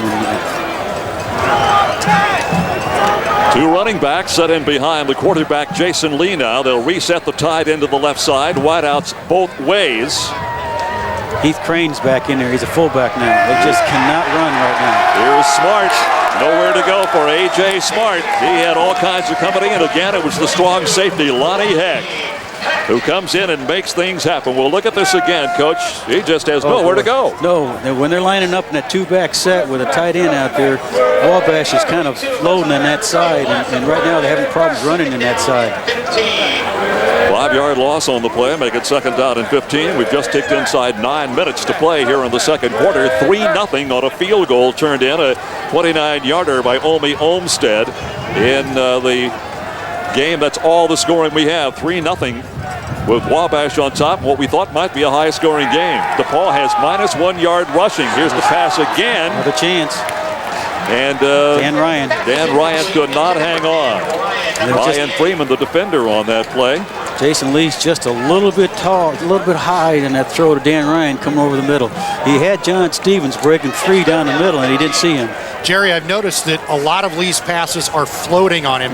Does that have anything to do with the knee affecting mechanics? I wouldn't doubt that at all, because I think he's having a little hard time pushing off. Well, Joe and Jerry, also keep in mind he's throwing with the wind right now too, and sometimes that can kind of get under that and give you a little more oomph than you really want.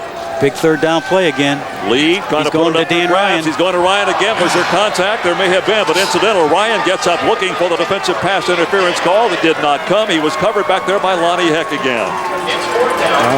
That's another one. That's 4 plays that they've gone. Jason Lee has gone Dan Ryan that have just been a fingernail away from being big plays. And what worries me about that is he has been open. It has not been Wabash defense causing the incompletion. It's been bad passes. If Lee gets that ball on the money, that's a touchdown. That is certainly a big play, Joe, and they've got to convert those plays. Now, the unfortunate thing is that, they have not done that. They've not been able to make the big plays, and right now Wabash seems to be making a play. Derringer will punt it away. This time it gets pretty good foot into it. It is taken at the 30-yard line and a fumble, and let's wait and see. They'll umpile him. I think Wabash got it back, but DePaul is saying otherwise, and it is DePaul. 6 turnovers, man. 6 turnovers, and we still have 8.5 minutes to go in the first half of this football game. We said special teams play would be the key to the game, or one of the keys for the Little Giants. They needed to have a nearly flawless game, and this turnover gives DePaul its best field position of the day.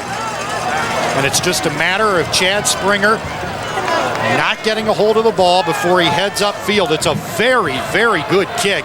He probably should have called for a fair catch in that situation. Tried to be the hero and shoestring it, and it cost him. DePaul with great field position. Justin Tillis, number 29, gets credit for the fumble recovery. A 38-yard punt that turns into disaster again for Wabash. And as Jerry just pointed out, the 6th turnover in the first half, and here's the sack. Lee with nowhere to go this time. And Matt Mercer came storming in from the nose guard position to make the tackle that time.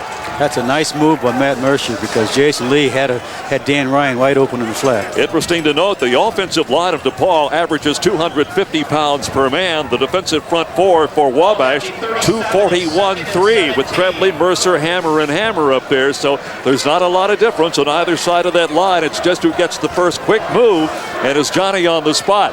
7:45 to go now in the half. 3-0 Wabash for the Monon Bell. Empty backfield again. Here's Lee over the middle, got the slant pattern in the middle to Shane. He couldn't hang on to the football. Boy, they're dropping a lot of footballs today, guys. That's unbelievable, because the DePaul receivers are known for catching the football, and that's probably about 6 drops that they've had, or 6 potential passes that could have been caught. Ryan Freeman's the guy who was defending him that time. Good pressure up the middle from middle linebacker Trevin Upkees, and that play was right there. Shane just dropped the ball, and this has been a horribly played game with penalties, turnovers, drop passes. I know both teams have nerves coming into this game.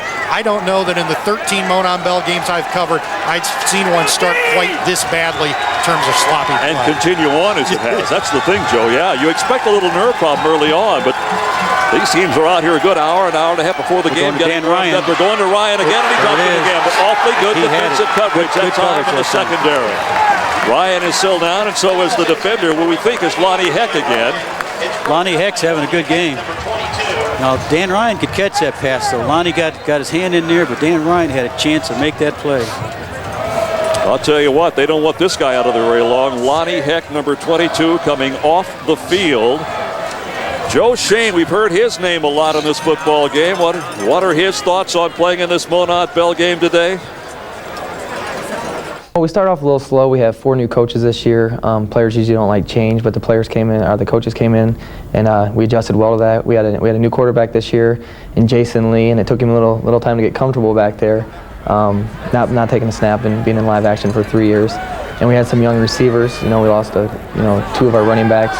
So we've had to overcome adversity. We've been on track the last 5 games, and hopefully we'll continue that success. On the half-yard line. From Gehringer out on the 1 or maybe the half-yard line. Wow. That is a big play also.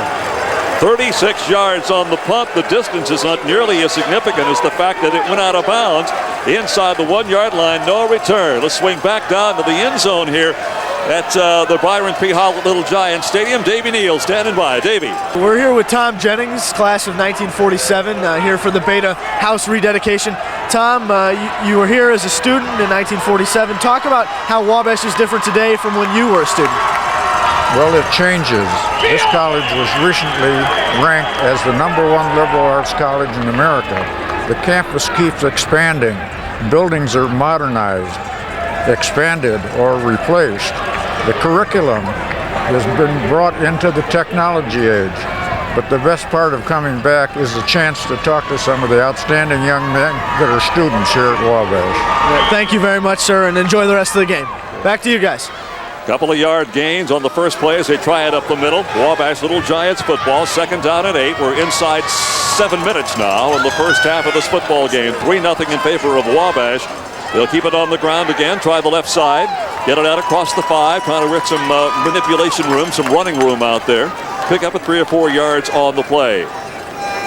No first downs in the second quarter for either club. Brian Close on the stop that time.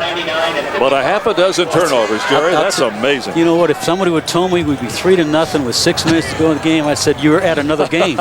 You're not at this game. We expected some scoring on the board. DePaul coming off a shutout victory, but Wabash over the last several games has put 36, 49, 45, and last Saturday 69 points on the board. They beat Denison 69-33, but turnovers have really played a big part in this game. Pass incomplete. Good defensive play turned in by David Blackburn that time. The crowd wanting some goals. Interference. They didn't get it. And Wabash will have to kick it away again. Jake Knott has just not been able to get into any kind of rhythm today. He is used to taking the ball, throwing off the last step of his drop. That time he was not comfortable in the backfield at all. Not only that, but the Little Giants again with another injury as Bucky Kramer came off the field. The junior left guard out of Monticello, Indiana, he was limping badly.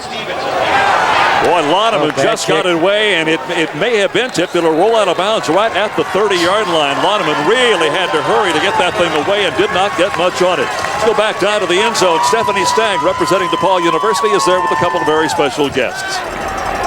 The Jewett family has a long-standing tradition of DePaul graduates and Monon Bell game attendance.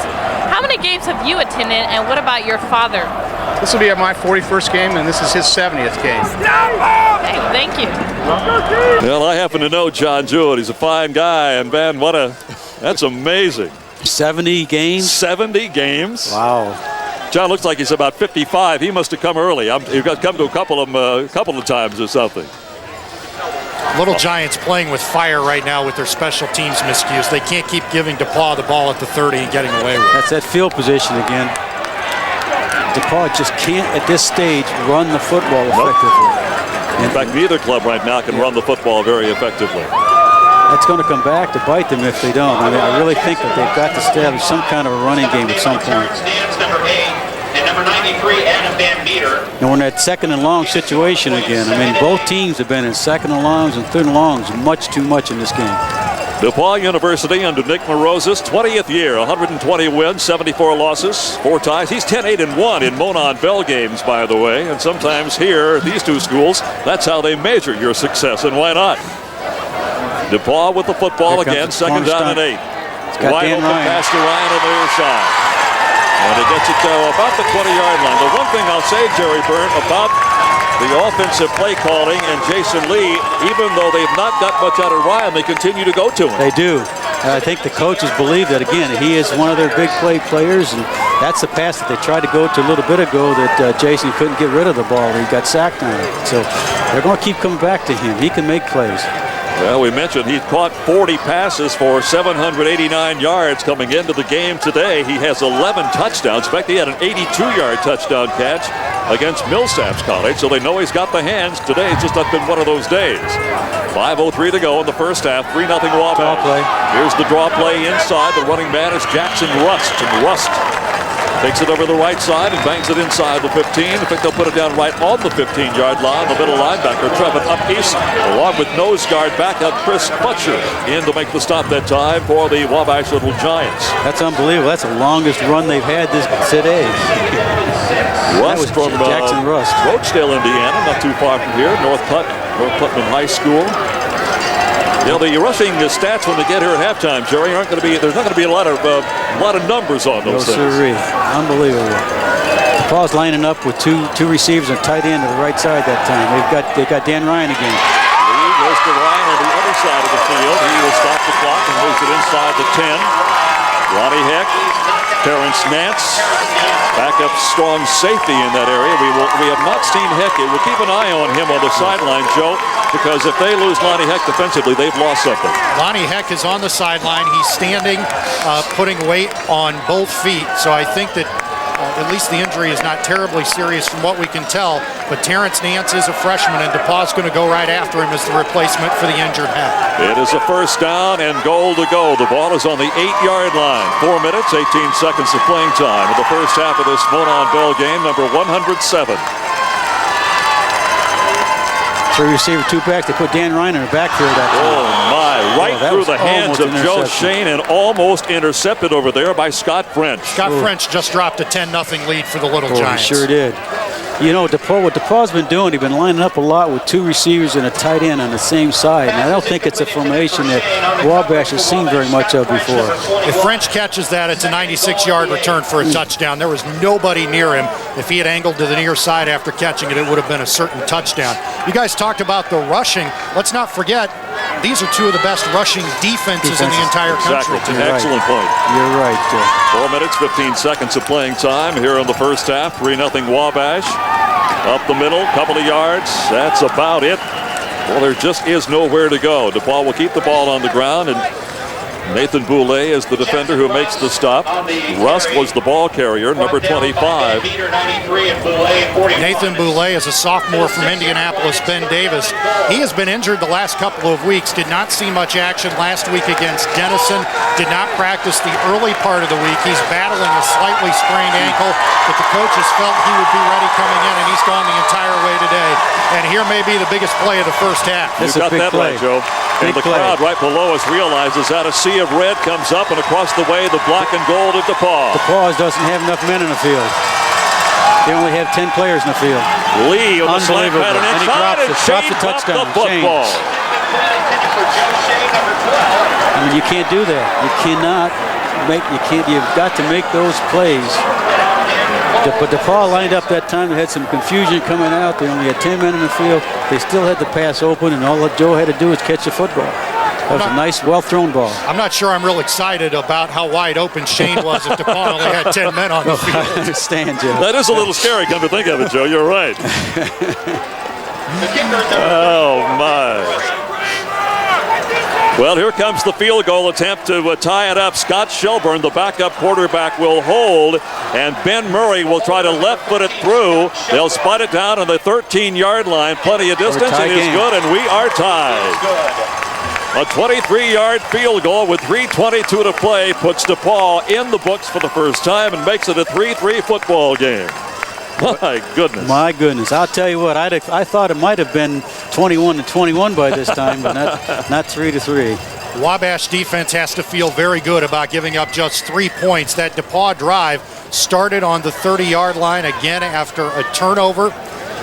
And the defense stiffens on the goal line. And again, Jerry, we've seen it with both the Little Giants and the Tigers. When you can't run the ball, it's hard to get it in the end zone down inside the 10-yard line. You had a good look at this young man, Ben Murray. What a story. He was born without part of his left arm, and yet put that ball a couple of yards deep in the end zone. Oh, a terrific block thrown down there by Ryan McGuffey. Oh, check it out. It was by number 1 of Wabash, Kurt Casper. Let's swing back down to the field now as Wabash will set up with 3:11 to play here in the first half. Davey Neal. Thanks, Jerry. I'm here with Brett Butler, Wabash class of 1990. Congratulations on being inducted into the Hall of Fame last night. Tell us what your thoughts are about that. It's a great honor to be put in with such a great class. I mean, there's people in there that play professional sports. Pete Metzlarge was there last night. My mentor, the reason I came to Wabash College was Dr. Don Shelbourne of the Colts that worked on my knee when I was in high school. So it's a great honor to be among that class. Great. Congratulations again and enjoy the game. Back to you. Reception that time to Corey Mock out of the backfield. John Christopherson was there. That special guest rang a bell in your memory, Joe. It did. Brett Butler and I were students here at Wabash together, and Brett Butler, until Jake Knott came on the scene, was one of the most prolific passers in Wabash history. He was honored for that by being inducted into the Hall of Fame last night, but those single-game passing records that Jake Knott broke this season all belong to Brett Butler. 16 yards on the pickup. Clock showing 2 minutes and 49 seconds of playing time in the first half. Tie game at 3. The delay up the middle. That's the first down for Wabash College in the second quarter of this game. And the clock is now showing 2 minutes and 35 seconds to play. That was actually a bootleg play scheduled to go to the field, and it broke down, and Jake did a great job of coming back here, finding the back. The back wasn't even part of that pattern that time. The back is rarely part of the passing game period for the Little Giants. That was just the 8th pass reception on the season for Corey Mock. 36-yard line, second down, 13. Wabash on their own 36-yard line. No backs. Not this time, lots of time. Found a receiver over the middle. It'll be out near the first down area. Todd Bertrand, the pass receiver that time. Justin Tillis made the tackle. This is Todd Bertrand's first action in 3 weeks. He had a concussion 3 weeks ago, and this is the first time he's been able to see action and get back into the ball game. And DePaul is doing something very interesting with Frisky Williams. That time, he was a stand-up linebacker out on the left corner and dropped back into pass coverage. They're using him, Jerry, to double off Casper and take him away. That's a very creative way to use a defensive lineman for the Tigers. Yes, they do that a little bit. They call it that's one of the zone blitzes.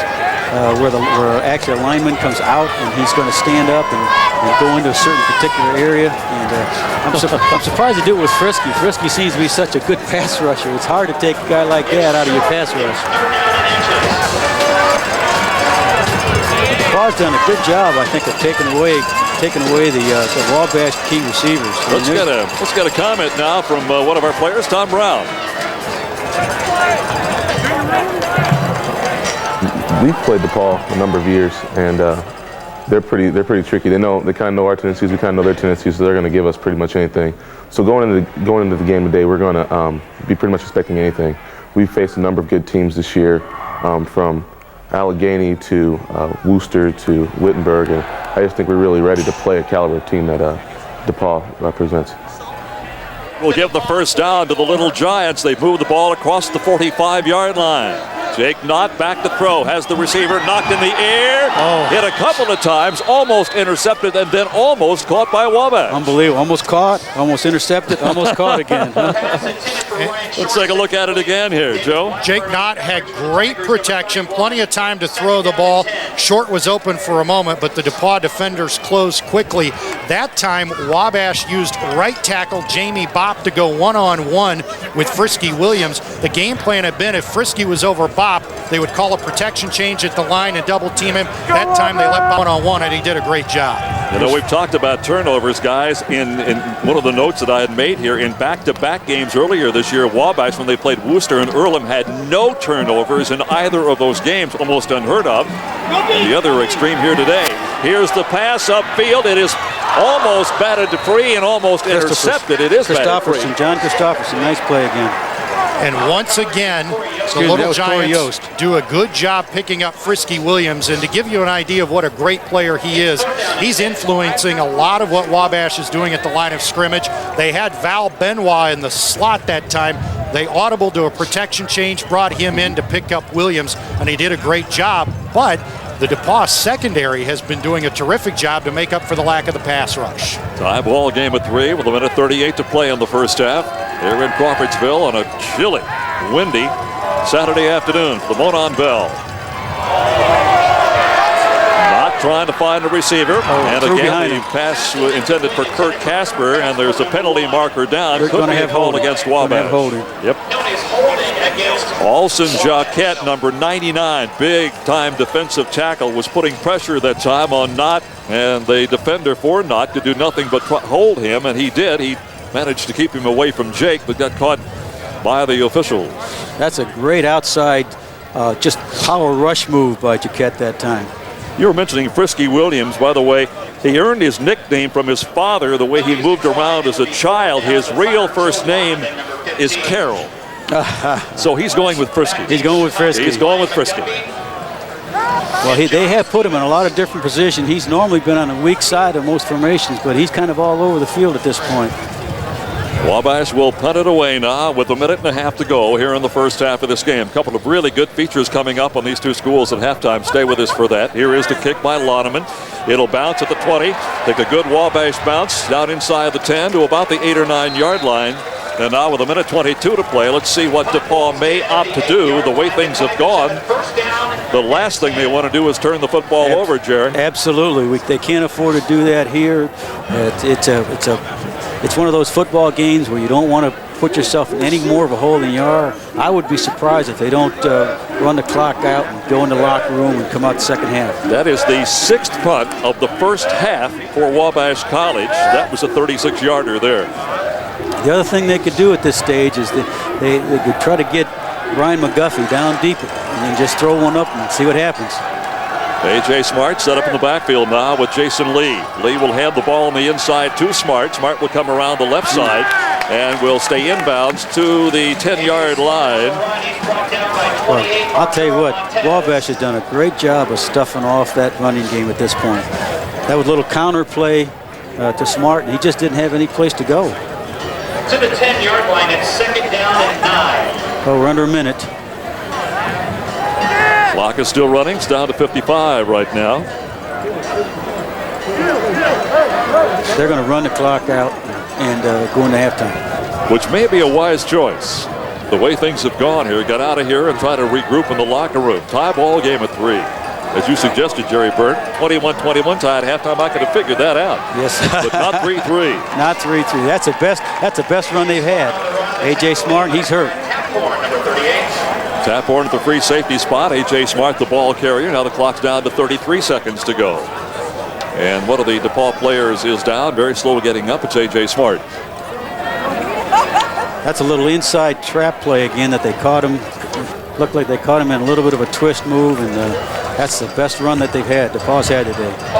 In fact, that was, our stat guys are telling me, that 12 yards on that particular run, the longest rush of the football game for DePaul, which will give you some indicators how tough the defensive side of the line has been for both these fine teams. Now they could take one. They could take one downfield. Again, they got Ryan McGuffey down here, and with 20 seconds, they could still run the clock out even if they throw an incompleted pass.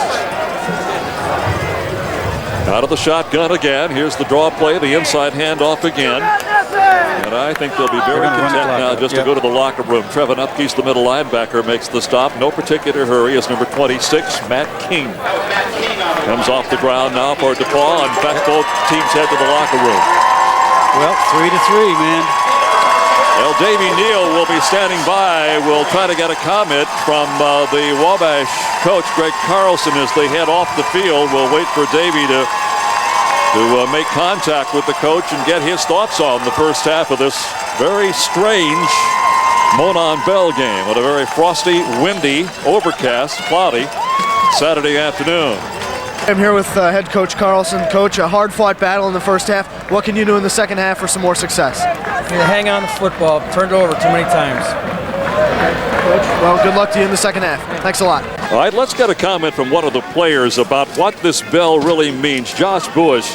In my opinion, I grew up around here. I've been watching the Monon Bell game since as long as I can remember, and I just really don't think I compare it to anything because I think that this is the extreme rivalry. I mean, this week is really the first college bowl game. I mean, we don't play for a ring, but we play for something more special than a ring. We play for a bell that represents over 100 years of tradition, and I think that you can't compare that to anything.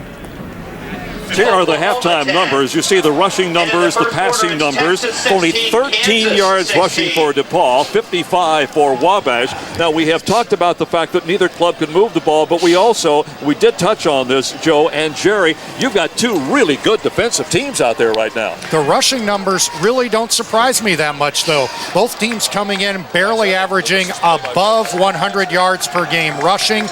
So they really have not established the run at all throughout the year. What surprises me is the ineffectiveness of both teams' passing offenses. Jake Knott can't find anybody open. DePaul has people running free all over the place. They just can't catch the ball. Yes. Coach Nick, what is the strategy to make this another win for DePaul in the second half? Well, number one, we're moving the football, but we're stopping ourselves, and that's the first thing we got to do. The only team that can stop us is ourselves, and that's proved true so far in this half. And we just got to move the football and not make mistakes. It's simple as that. And I think that right now it's 0-0, 3-3. It's a tie score. We got to come back and win the second half. 30 more minutes and a lifetime to remember. Thank you. Thank you, Stephanie. Boy, that pretty much says it all. 30, a lifetime to remember. That pretty well says everything. Unless you've not participated in this game, you don't understand the memories that linger on forever.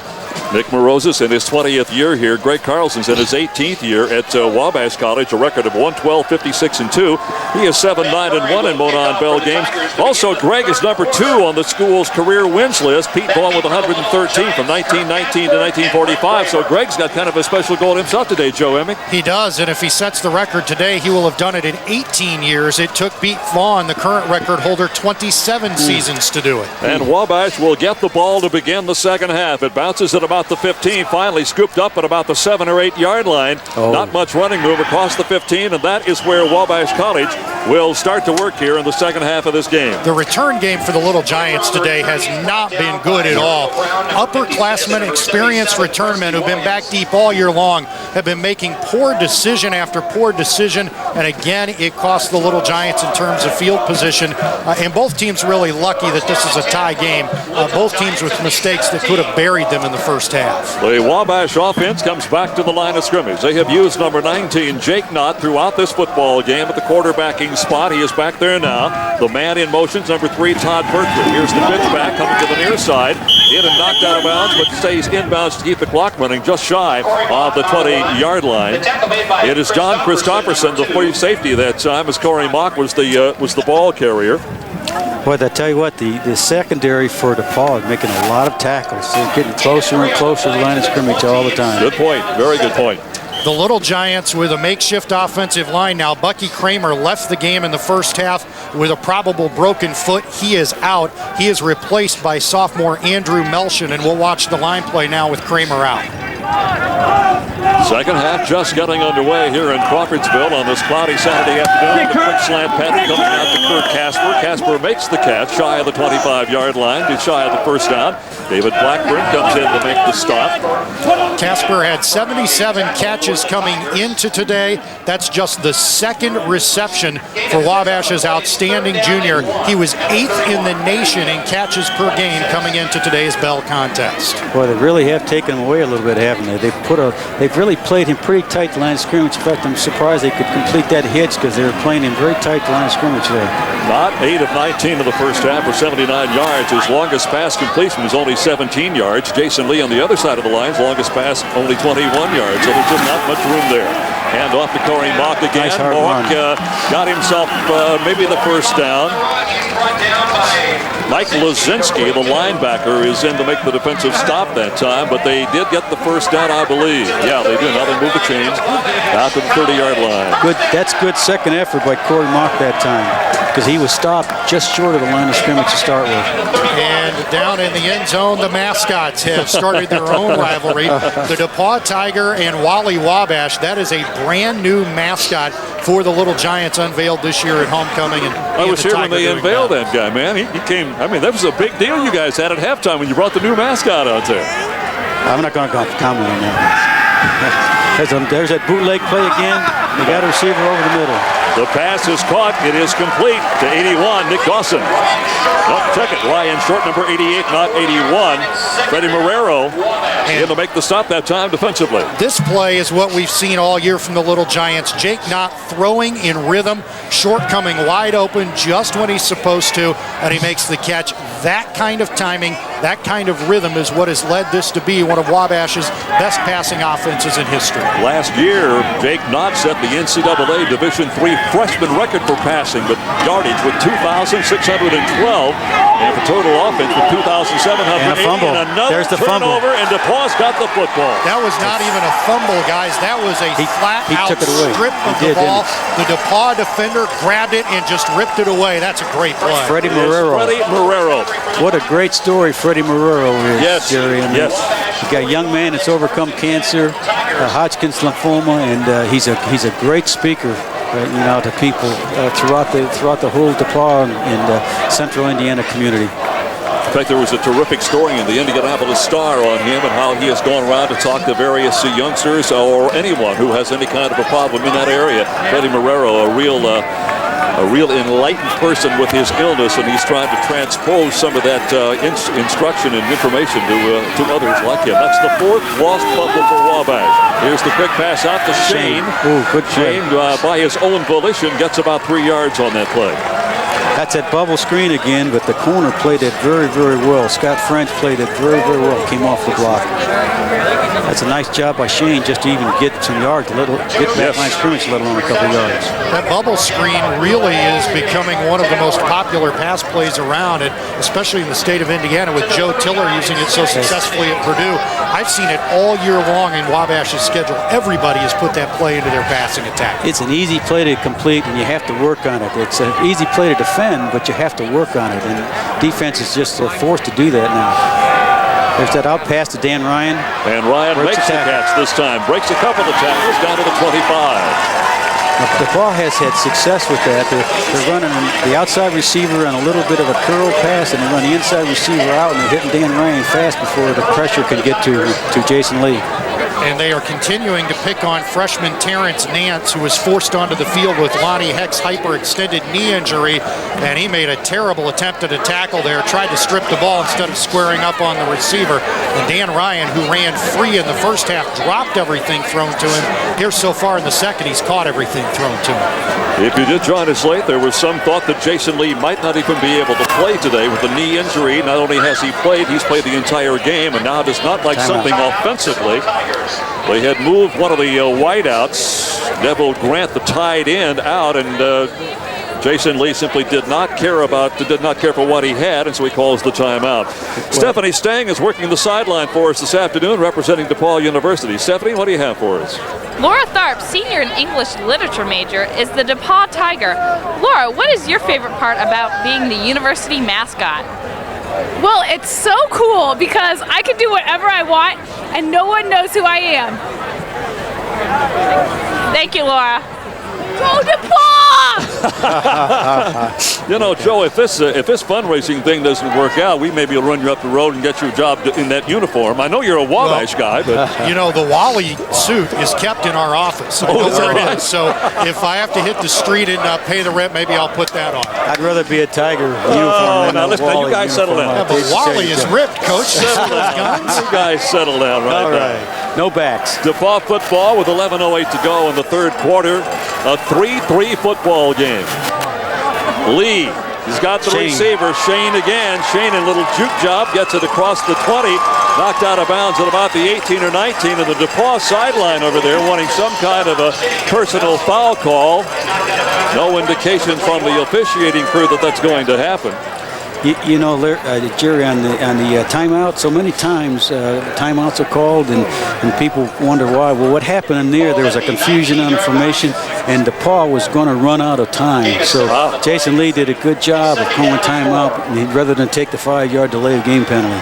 So Jason Lee's been running this ball club and running it very, very effectively. A wide out wide to the right side, number 9, Rondell Ferguson. In fact, he's completely out of your picture right now. They do have a flanker set out to the left side. Single coverage. Lee single coverage. Yep, single coverage. And touchdown, Rondell Ferguson. They were coming to, Wabash came with a stunt. They had single coverage on the wideout, and he was too good for the corner. 26-yard touchdown pass reception. Chad Springer, the defender in the area, and Rondell Ferguson. I mentioned this young man's name a couple of times because he has terrific speed. When you put him in single coverage like that, you don't have much of a chance, Jerry, to stop a guy like that. The corner had to cover one-on-one all by himself, and he wasn't capable of doing it.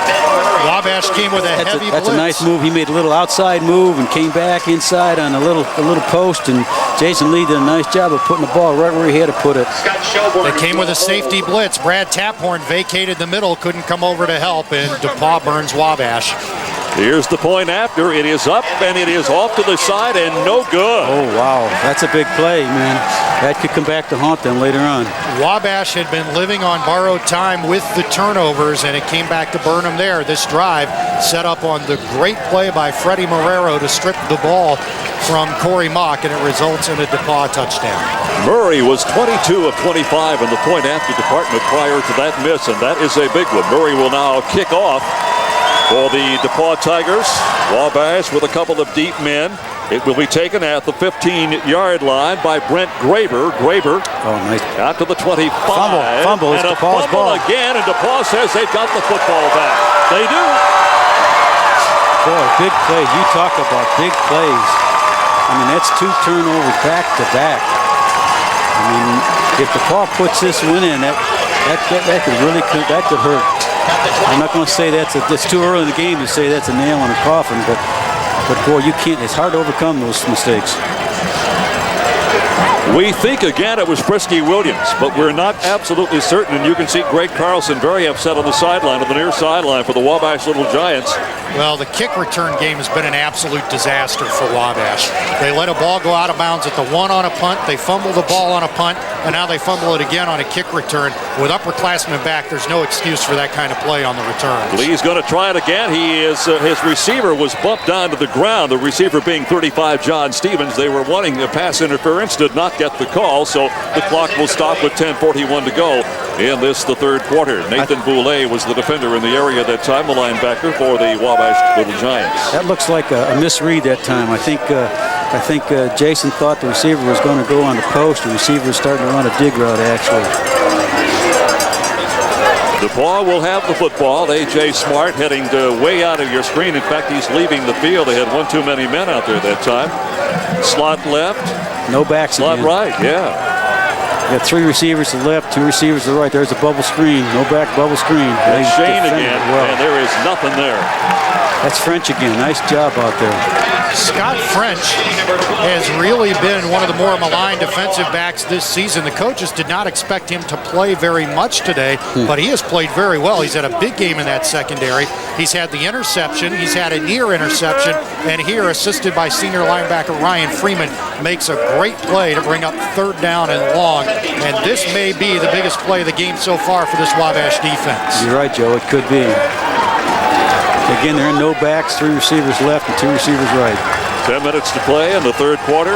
9-3 football game with Wabash trailing and on defense. DePaul striking for the first time in the second half. Lee trying to wave a defender or a receiver downfield, and he just had to give it up. He got hurt too.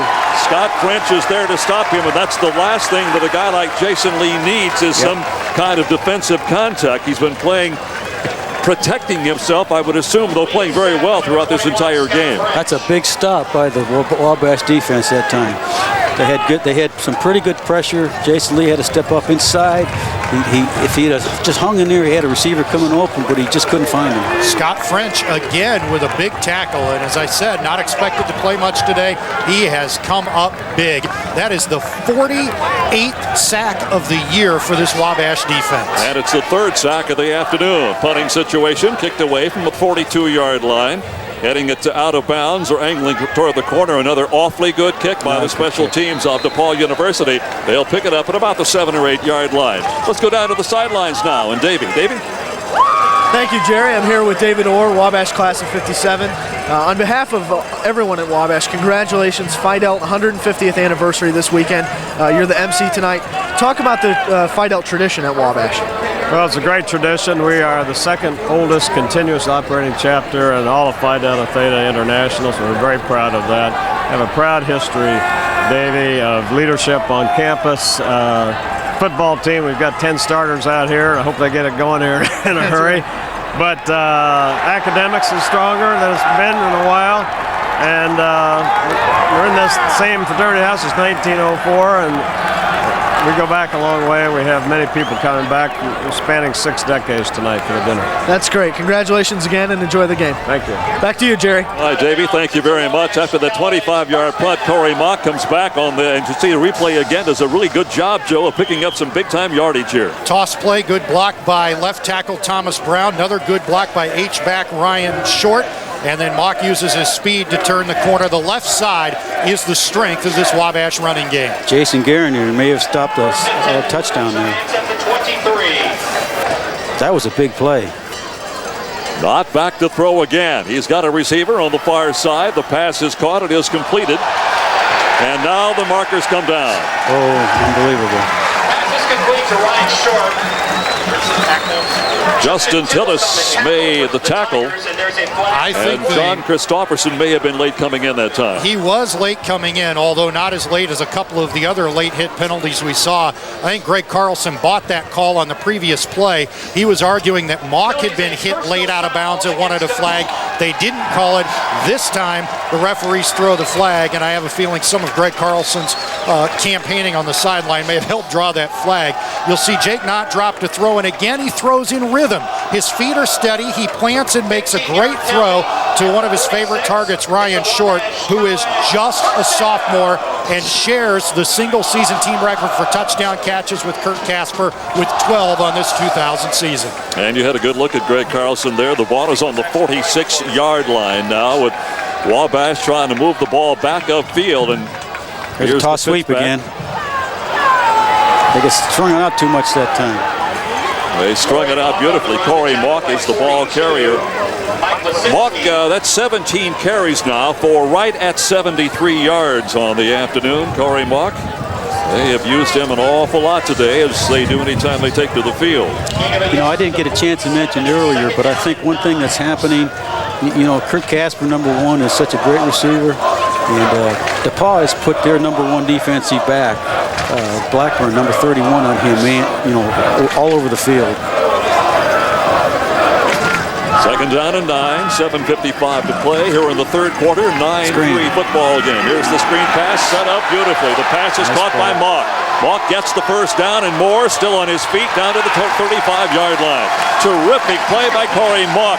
Finally, Brian Close closed in on him to knock him down, but Corey Mock with a terrific run this time. Just Corey Mock's 9th reception on the season, and a beautifully designed screen pass. He catches an in stride look at the convoy of red shirts, uses his speed to get by the linebackers, and Corey Mock, who has not been a prominent piece of this Wabash offense, coming in just 103 rushes on the season, just 8 catches on the season, and he has been a prominent piece of this second half. And Joe, we mentioned earlier he had one 100-yard rushing game. That was a game against Worcester when he went for 123. He's been very, very impressive today. Here's the quick out pass. It was deflected to the line of scrimmage. Like somebody got a piece of it. We think it was Frisky Williams who got a piece of it. Charles Stanback was also in there and may have gotten a piece of that football also. Yeah, one of those two, either Stanback or Frisky Williams. They're both on that side. They had him open, too. We were talking about Corey Mock. He's from Poseyville, Indiana, with the North Posey High School. Not a big guy, 5'9", 175 pounds, and only a freshman. Boy, does that bode well for that side of the football for Wabash. Wabash has a stable of 4 freshman tailbacks, including David Sutherland from Champaign, Illinois, who's been out all year with a torn knee ligament. They are going to be very good in the backfield over the next 4 years. With the stunt, they got him. To get out of the shotgun and nowhere to go. They brought the corners, and Frisky Williams again, number 77. We've talked about him all afternoon long, and why not? So Frisky was playing an outside linebacker spot that time, and he came underneath the defensive end and came right off that right corner. Wabash has done a good job protecting Jake Knott. They had thrown 406 passes on the season coming in, allowed just 15 sacks. This is the 3rd today, and he came untouched on the stunt, and look at that speed for a big defensive line. Oh, he can run. 3rd down, 18. That's a big play for DePaul's defense. That's the 3rd sack of the afternoon for that DePaul defensive unit. Not getting pretty good protection this time, trying to get a bundle. And almost a terrific reception at the goal line. He had the receiver down there all right, Kurt Casper. Casper was being covered by Corey Yost that time, and David Blackburn was in there with him defensively. But, boy, this is almost a terrific offensive play, Joe. They came with the stunt again. This time they read it well. A beautiful ball just out of Casper's reach. He split the double team and just did miss, setting up first down and goal. And Wabash will have to punt it away again.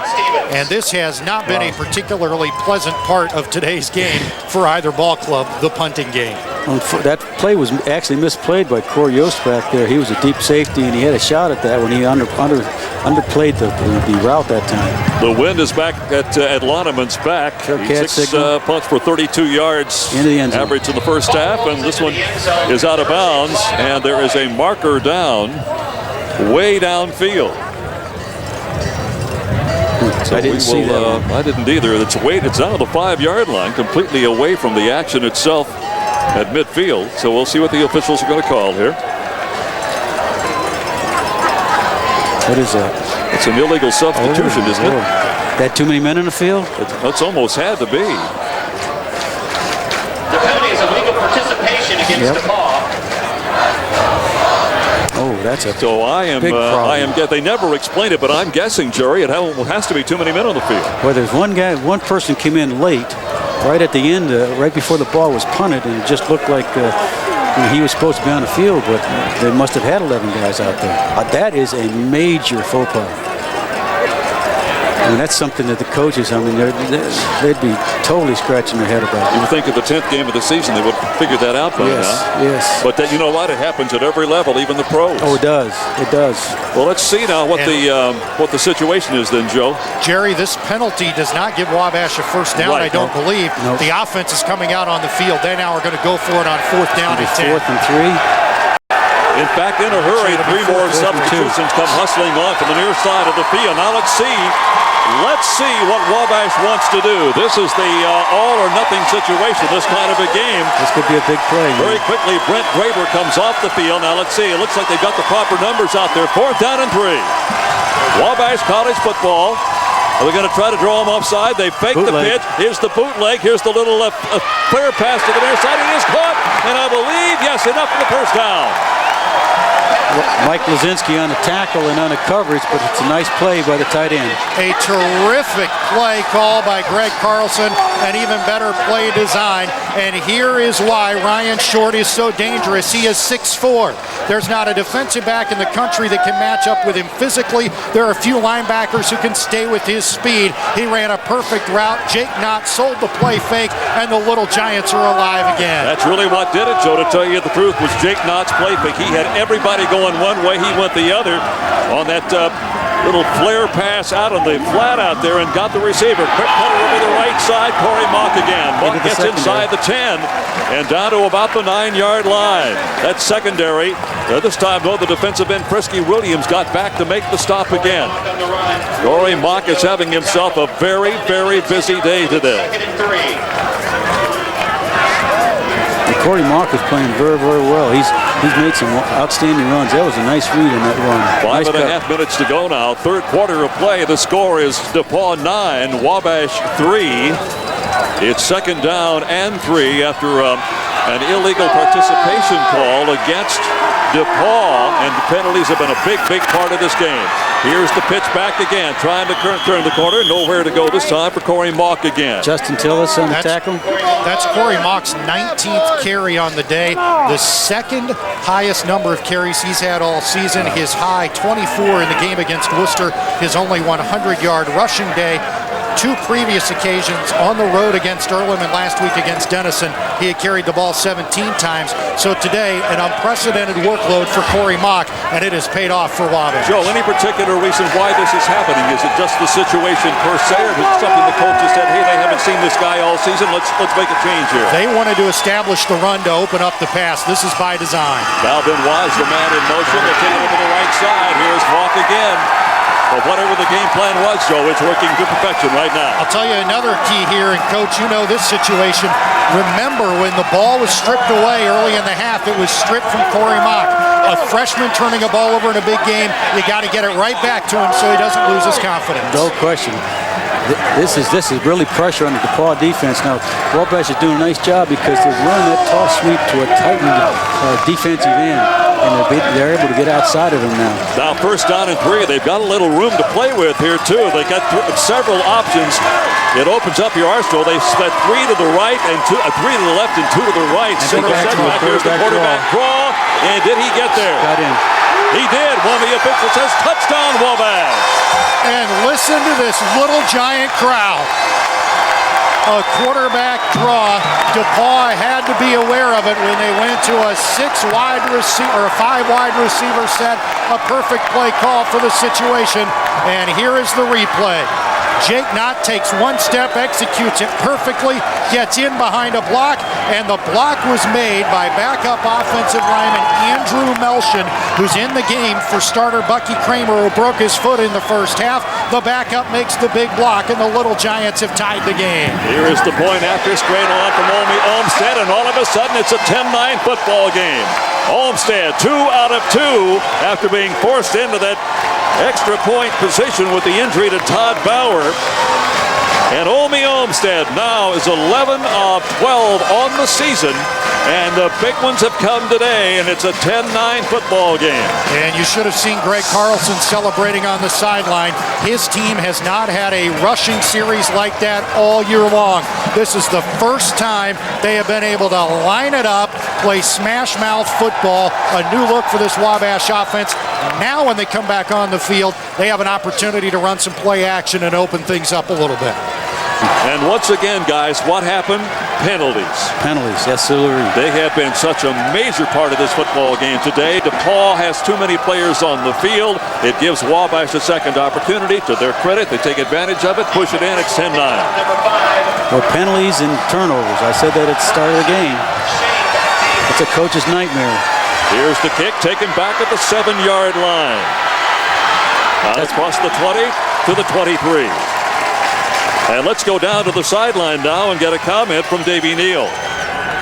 Thanks, Jerry. I'm here with Mark Deal, former Wabash football coach.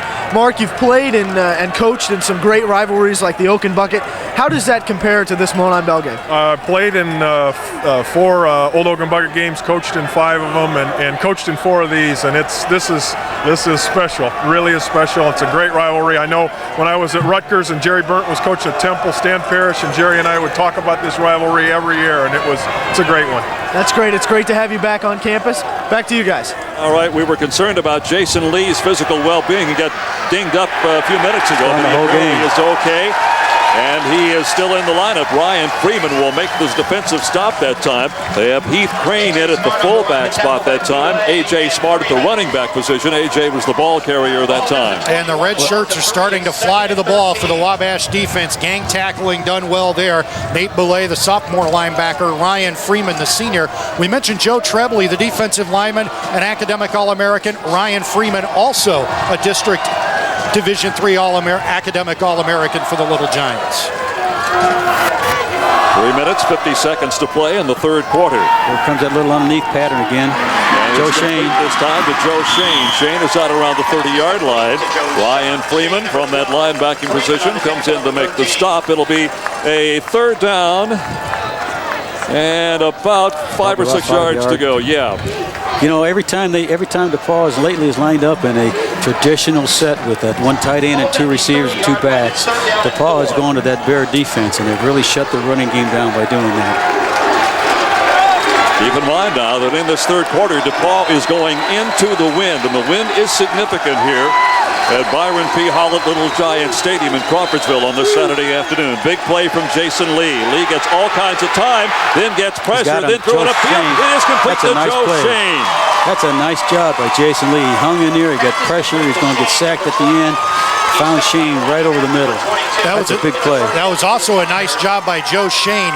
He was bumped by Ryan Freeman. Let's see if we can see it on the replay. From this angle, we can't.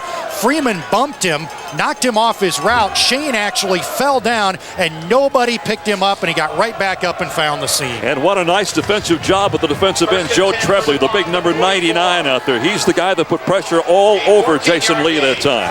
14 yards on the pickup, 2 minutes, 45 seconds to go here in the third comes quarter. a stunt.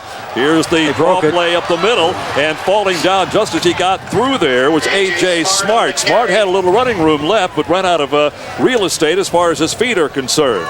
Boy, that could have been a big play. He was just ready to cut into the secondary and trying to split the safeties that time. He ran a little trap play inside that time to A.J. Smart, and that could have been a big game. 10-9 football game. DePaul just scoring moments ago. Takes that lead after that big missed point after. You never know when things like that are going to come back and haunt you. 10-9 Wabash with 2:11 to play here in the third. 2 receivers and a tight end to the right. There goes that little out pass. They rolled up that time. Lee just threw it away. Yep. That's a nice job by Wabash in that coverage. That's that little pass they've been running, that little flat pass to Dan Ryan. And the corner rolled up that time and took it away. Little Giants calling for a grounding, intentional grounding penalty, and I'm not so sure that they shouldn't have gotten one. He turned to run, but it did not look like Lee had gotten outside the tackle box, which would have nullified any opportunity for the referee to throw the flag for ground. Yeah, that's one of those right on the border calls, yep. Joe, you know. Jason Lee now 17 of 34 with 1 intercept and 1 touchdown all this afternoon. 2 minutes Single to go coverage. in the third. Lee over the middle. Found the receiver. Joe Shane again. Oh, Shane just nowhere to go. Nathan Boulay was there. Shane has a dozen receptions for 82 yards. That one got him nothing. And now there's some trash talking on the field. We'll get back to that in a minute as you look at the replay. Trevin Upkes with great pressure and a great hit by Nate Boulay to stop DePaul and force 4th down.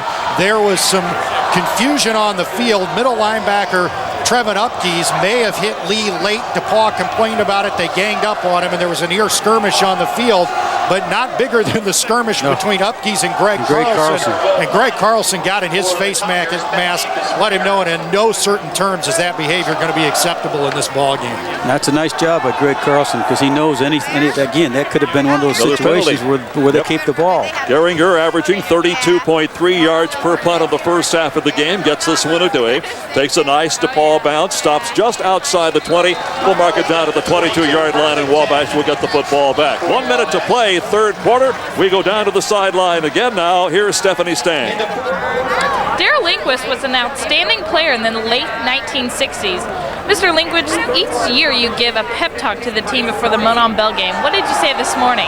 Well, yesterday we were talking about being the Marine Corps birthday, 225 years, so we talked about Semper Fidelis and always faithful to the team, and the fact that they can't beat you if they can't score, and we're going to try to bring this game home to Eddie Meyer, who's missing his first game in 36 years, the coach here at DePaul. So we're in it. We're going to beat them. We're going to come back and get them. Thanks. 31 yards on the punt that time. Wabash at the football. Here's the inside handoff again to number 31, Corey Mock, and Mock almost broke it.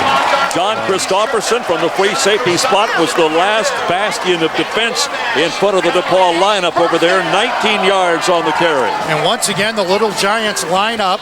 It's a little sweep. There you see the pulling guard coming over. Mock with plenty of room to run, and nobody in this stadium is happier about this offensive line play than line coach Paul Van Wee. He is an outstanding assistant for this Wabash offense, and this is as hard as his team has played on the run all year long. Corey Mock now over the 100-yard mark, 21 carries, 107 yards. We'll try the left side this time. Zone that time. He'll get a couple to 3 yards on this particular carry with Jason Geringer, the linebacker, in to make the stop that time. There's 31 climbing off the deck now for Wabash. Corey Mock, K-O-R-E-Y. That is his 22nd carry of the afternoon. And Joe, were you talking earlier about his high water mark for carries was 24, did you say? 24 against Worcester, so he's moving in on his biggest workload of the season. And this rushing attack is important for Wabash because one of the problems they have had this year is if they have a lead late, they cannot kill the clock by rushing the football. If they're able to continue this kind of ground game, that'll be a big advantage. With the way this game has gone, there's no guarantee that they're going to have more than a 1-point lead late. And that is the end of the third quarter. It is 10-9 now with Wabash on top through 3. Fourth quarter ready to go now. It is a 10-9 football game. The Wabash Little Giants lead the Tigers of DePaul 10-9. Comes a stunt. They got Jake Knott outside that time. Knott's got a receiver. He's wide open. He could not catch the football, though. The receiver that time was number 6, Brent Graber. Incomplete pass. They really had what they wanted, because DePaul was coming inside, and they brought Jake Knott outside, and they had a little out pattern down here at the bottom, and Justin Tillis couldn't cover it, but they couldn't execute it. Hey, Joe, I just made a comment during that comment, Brother President, that something smells hot in the booth. What was the story we heard about the fire last night? It is a tradition at Wabash that Monon Bell Week, the fraternity pledge classes provide campus security overnight. They set up at various places around campus and build campfires to keep warm. Somebody built one up here in the booth last night. Hope it's not on fire, man. No backs. At least the booth is still here. No backs in the backfield is right, Jerry. Here's the pass reception caught by Kurt Casper. Casper will have the first down if they mark it where it should be. David Blackburn is the defender in the area. You can see the difference in Jake Knott's passes when he has time to throw with proper mechanics and throw in rhythm. The previous pass, he tried to throw on the run and he short-hopped it. Let's keep in mind, despite his great numbers, he is just a sophomore. And if there's one thing he needs to do over the next 2 years is become more consistent with his passes, to be able to throw the ball with the same zip on the run as he throws it standing flat-footed in the pocket. And you know, last year against DePaul, Jake threw for 439 yards passing and had 485 yards total offense. Well, DePaul hasn't quite put the pressure on him now, and they have a delay of game penalty. DePaul switched their defenses up, and he was changing plays, and just couldn't get it called. And another penalty called. This is going to be delay of game. And this really is a penalty the Little Giants should never be called for. If you've noticed, Jake Knott wears a large wristband on his left hand. That's the playbook. It's the first time Wabash has gone to a wristband system. Coach Greg Carlson will call a formation, flash a number, it corresponds to codes on the wristband, then Jake can call the play. That system allows them to run this high-powered offense. They should never have a delay of game with the wristband system to call plays. No backs again. Three receivers left, 2 right. Trying to Safety hitch pass. this time also. Here's the little lob pass upfield. Caught! Across the 40 to the 37-yard line. All of a sudden, and that is Ryan Short, the H-back. All of a sudden, DePaul is not putting the kind of pressure on Jake as they had earlier. He's having a little more time now. Berriger and Lazinski, the guys in the area defensively. Here it comes again, right at you.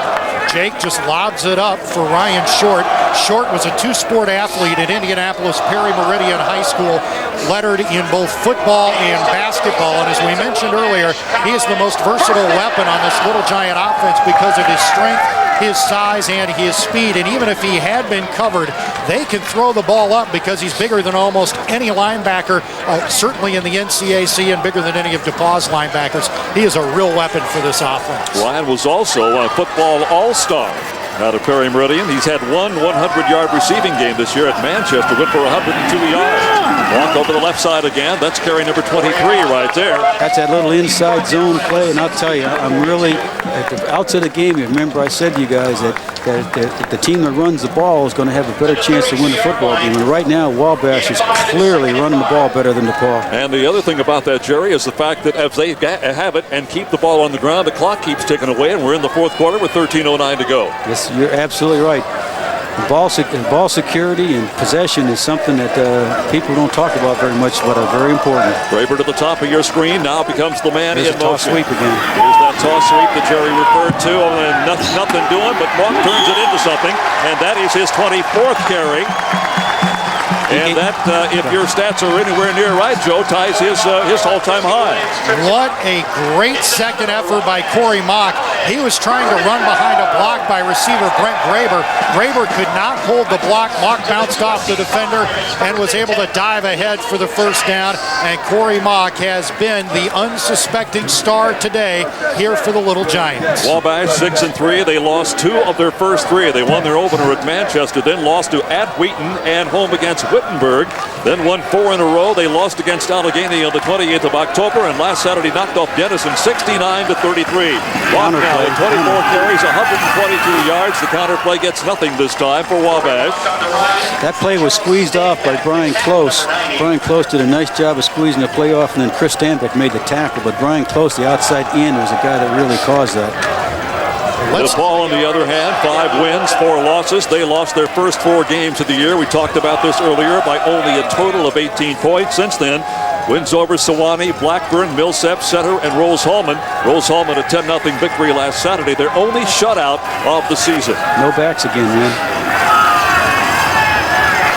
Paul's coming with a little pressure. Well, there's that quick pass over the middle. Caught inside the 20, just outside the 15-yard line. Was that Hannum? That was Benoit. Was it Benoit? Sorry, take it, Val Benoit. Benoit. I'm not French. I have a hard time with that. Neither is he. He's from Texas. Oh, okay. Benoit. The French part of Texas is what it's French part of Texas, all right. Benoit on a little hitch. He set up as an H-back in the left slot. He is a freshman out of Texas. I mentioned that Wabash has really developed a recruiting pipeline to Texas. 5 freshmen on this team hail from that state, and Benoit is one of the better of that group. Here's the handoff again to Corey Mock. Mock over the left side. Got back to the line. Maybe got a yard. Maybe got too close to first down territory. It is Don Christopherson. Well, I'll tell you what, that's a nice job by the weak side safety in that play that time. But still a first down. That's a formation we rarely see from the Little Giants, a 2-back set with a fullback lead. Freshman Brian Snyder, 6'2", 235-pounder out of Evansville Central High School, made the league block to spring Corey Mock. And now Greg Carlson going way back into his play files, going back to the 2-back sets we've not seen in 15 years here in Crawfordsville. Yes, Kurt Casper way out to the right side. You see the man in motion is Todd Bertram. Bootleg. Here's the pass to the end zone, trying to go to Casper. He had it momentarily and lost it. Pass is incomplete from... They had Casper matched up on Blackburn again, and he did have him turned around that time. Casper almost always brings that ball in. He had 77 catches coming in. He has 2 today, and this is one he probably should have caught. And now you see what the Little Giants are able to do with a solid rushing attack. They are able to go to the play action. They converted a 4th down off of play action to set up the last touchdown. They just did it here again with a good play fake. Couldn't score the touchdown, but again, the running game beginning to open up the passing attack. Casper with 968 yards receiving coming into this afternoon's game. Not 16 of 31 Inside for 171 yards. Inside handoff, and once again, it's Corey Mock. He's had his career-high ball-carrying experiences today. Freddie Marrero is the guy who comes in defensively. Joe, I mentioned inadvertently Desson Hannum a while ago. We have not seen him in the game yet this afternoon, have we? He has been little used all year long. The running attack has been anchored by Corey Mock almost all year long. Also Chris Morris, a freshman from Zionsville, whom we haven't seen today. Right. But it's been Mock. But keep in mind, Wabash hasn't run it very often until today. No backs again, man. 10 minutes and 2 seconds to go. Paul just called timeout. And DePaul is going to take a timeout. Somebody came in from the sideline. Were they short of men again, Jerry? No, they had the wrong personnel on there. All right. DePaul took, Wabash took Corey Mock out, and they put in 5 receivers, and they wanted to match up personnel-wise, and they have the right matchup. All right, let's go down to the sidelines now. Stephanie Stang with a good friend of mine, Mr. Eskew. Stephanie? Dr. Eskew is a president of the D Association and will be presiding over tonight's Hall of Fame inductions. Tell me, who are the inductees this year? We have 2 female swimmers in the class of 1988, Mitty Smith Hansen and Nancy Gritter, 2 greatest swimmers we've ever had in the history of the school. We have Ted Catula, who is former coach and athletic director. Dan Quayle was a great golfer. Bruce Montgomery, great football player, and Richard Peeler, who was a supporter of the athletic department and filmed our games for 40 years. A great group of people. Thank you, and back to you, Jerry. Here we are, no backs again. Wabash with the football and 10 minutes exactly to play in this game. They're coming up the middle. Knott's got a receiver. Caught it, touchdown Wabash. What a terrific play that time. Cutting across is number 88, Ryan Short, the H-back. We told you he was the most dangerous weapon on this team. Let's take a look at the replay. A low snap. Knott does a good job to pick it up. Again, he throws in rhythm, and look at this pass. A nearly perfect strike. Ryan Short lays out and catches his school record 13th touchdown on the year. Ryan Short was the inside receiver of the 3 receivers that time and ran a little corner pattern. That was a great throw and an outstanding catch. And the point after is good, and all of a sudden it's a 17-9 football game. Ryan Short, 68 catches, 825 yards coming into the game, an average of 12.1, 12 touchdowns. That's number 13, and a big one for Ryan Short. Well, many people around this Wabash community, myself included, have been concerned and somewhat critical about the Little Giants' inability to run the ball over the course of the season. Where they found that ability today, I don't know, but give them credit. They have lined it up, grounded out, and it paid off on that drive. Well, I'll give them credit also, Joe, because they have done a good job. They have run the football effectively, and they've created problems for the DePaul defense. Now, this is the key right here. DePaul has to answer this right now. If DePaul doesn't answer this, it could be a problem. So this is going to be a key return on the kickoff, and the next series is going to be a key series for the DePaul offense. And that extra point miss for DePaul looking very big right now. Huge. We said that right at the outset. Huge. Rondell Ferguson and Joe Shane of the deep men now for DePaul. Have you noticed Jerry Byrne? Is it just me observing this? Joe tends to fluctuate in his emotions over here. Have you noticed that? I have noticed that. Seems like when the Wabash does better, his voice seems to get a little bit stronger. And yes. Okay, I just thought maybe it was me. I just wanted to, you know. Wait till DePaul scores this time. We have the DePaul and the Wabash group represented in our booth here today. Rondell Ferguson out across the 25. Now let me ask you here now, Jerry, with 9:44 to go, it is not imperative that DePaul score now, but what I would think with the wind at their back, they've got to do something with this football right now. I believe they have to move the ball at this point. And you're right, it's not imperative, but they can't take a lot of time off the clock either. This is an answer drive. Because Rondell Ferguson is hurt, I believe, but this is an answer drive. This is going to show people kind of what they are worth at this point. This is a key drive for them. I don't think they've got to get out of their offense. They've just got to take the ball, and they have a 2-point play ready, I'm sure. Well, I'm sure they do also. Rondell Ferguson, the young man who was down, just now getting up while he is recuperating. Let's go down to the field once again. Here's Davey Neal. Thanks, Jerry. I'm here with Mike Douglas, class of '68, a big Pittsburgh area alum who's helped the college out as a volunteer. Talk about how much the fact that Wabash has joined the NCAC, the new conference with so many schools in Ohio and Pennsylvania, how has it helped you get reconnected with Wabash? Davey, the fans in Western Pennsylvania are really excited about our entry into the North Coast Athletic Conference. It gives the Wabash fans in Pittsburgh, Cleveland, and Columbus a chance to see Wabash play schools like Wittenberg and Worcester that have great academic programs and a strong athletic programs also. We're particularly excited about the Little Giants coming into Meadville, Pennsylvania to play the Gators of Allegheny College next year. That's going to be a great game for our fans, and we're going to have a lot of them out there. And we'll really enjoy having you on the sidelines. Thanks a lot. Back to you, Jerry. All right. Matt King on the ball carrier that time. Ryan Short, an 11-yard pass from Jake Knott, 13 plays, 78 yards. A little over 6 minutes, 17-9. And as Jerry Byrne just pointed out, it's important to keep this in mind. In college football, of course, the 2-point conversion. So DePaul just a touchdown away from perhaps tying this game. A receiver wide open on the far sideline, knocked out of bounds at the 48-yard line. Boy, that's a great job by Jason Lee. He was coming down here. He had a 2-receiver route down here to his left. It was covered. He went all the way back across the field of that out pass. Mark Reinhardt, number 18, I believe the first time they've thrown in his direction on this Saturday afternoon, but he was there, Johnny on the spot. They'll move the sticks up field, and with just under 9 minutes to play in this football game, it's 17-9 Wabash. Super protection that time. With 2 receivers on both sides. As I mentioned, DePaul has won the last 4 meetings between these two teams. Here's the pitch back. And they'll try that right side again this time with Matt King, the ball carrier. That's again, they're not just cannot run the football effectively at this point. You know, the DePaul tailbacks coming into the game collectively have been averaging over 100 yards a game the last 4 games. They cannot run the football effectively. Second down, 7 yards to go. 8 minutes, 53 seconds of playing time. They're back to that 2 receivers set in the same side of the tight end. They like that little out pattern to Dan Ryan off of this. Jason Don't go down the field.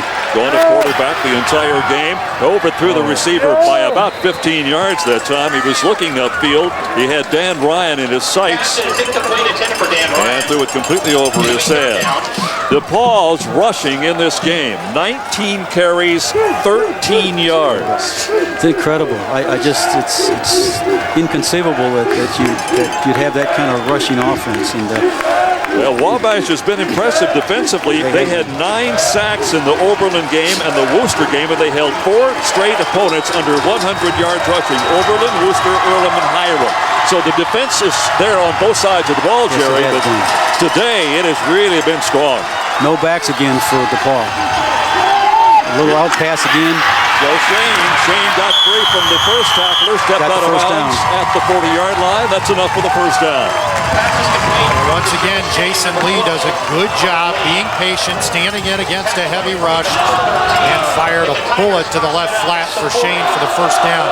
You talk about this Wabash defense. It was 23rd in the nation against the rush coming in today, allowing just 83 yards. And the 2 defensive coaches know something about this game. Defensive coordinator Joe Bevelheimer is Wabash class of '86. He once kicked 5 field goals in a Monon Bell victory. And defensive line coach Nick Cronk, class of '91, also a veteran of these games as both a player and a coach. The young man who was injured earlier, Rondell Ferguson, number 9, made a nice block on that play. Here's the delay handoff, and the draw play gets it up to the 35-yard line. I should say something about Tim Rahal, who's on the sideline. Tim's in a wheelchair. He coached for me back in '79, and I should say something about Eddie Meyer also, who coached for a number of years. Is on disability right now back home. And remind him that we have Squeeze/Thunder going next series. He'll know what I'm saying. Well, let's see here. 2 receivers both sides this time. DePaul with the football. Clock running down to 8 minutes and 5 seconds to play. The trap up the middle, almost to the 30-yard line. Again, good ball action up the middle. Ryan Freeman there to stop number 26, Matt King. That's almost a first down running a football. That would have been a first. That will be a first, yes. Okay, man. Well, right now they're doing what I said they're going to do. The clock is down to 7:40, and they moved the football. They got a big 3rd down play here. If they don't make this, they're going to go for 4th down. Man. All right, they have taken Dan Ryan out of the lineup. This would indicate they're going to keep it on the ground right now. They're on 3rd and inches. It's one of those plays where you must be alert defensively.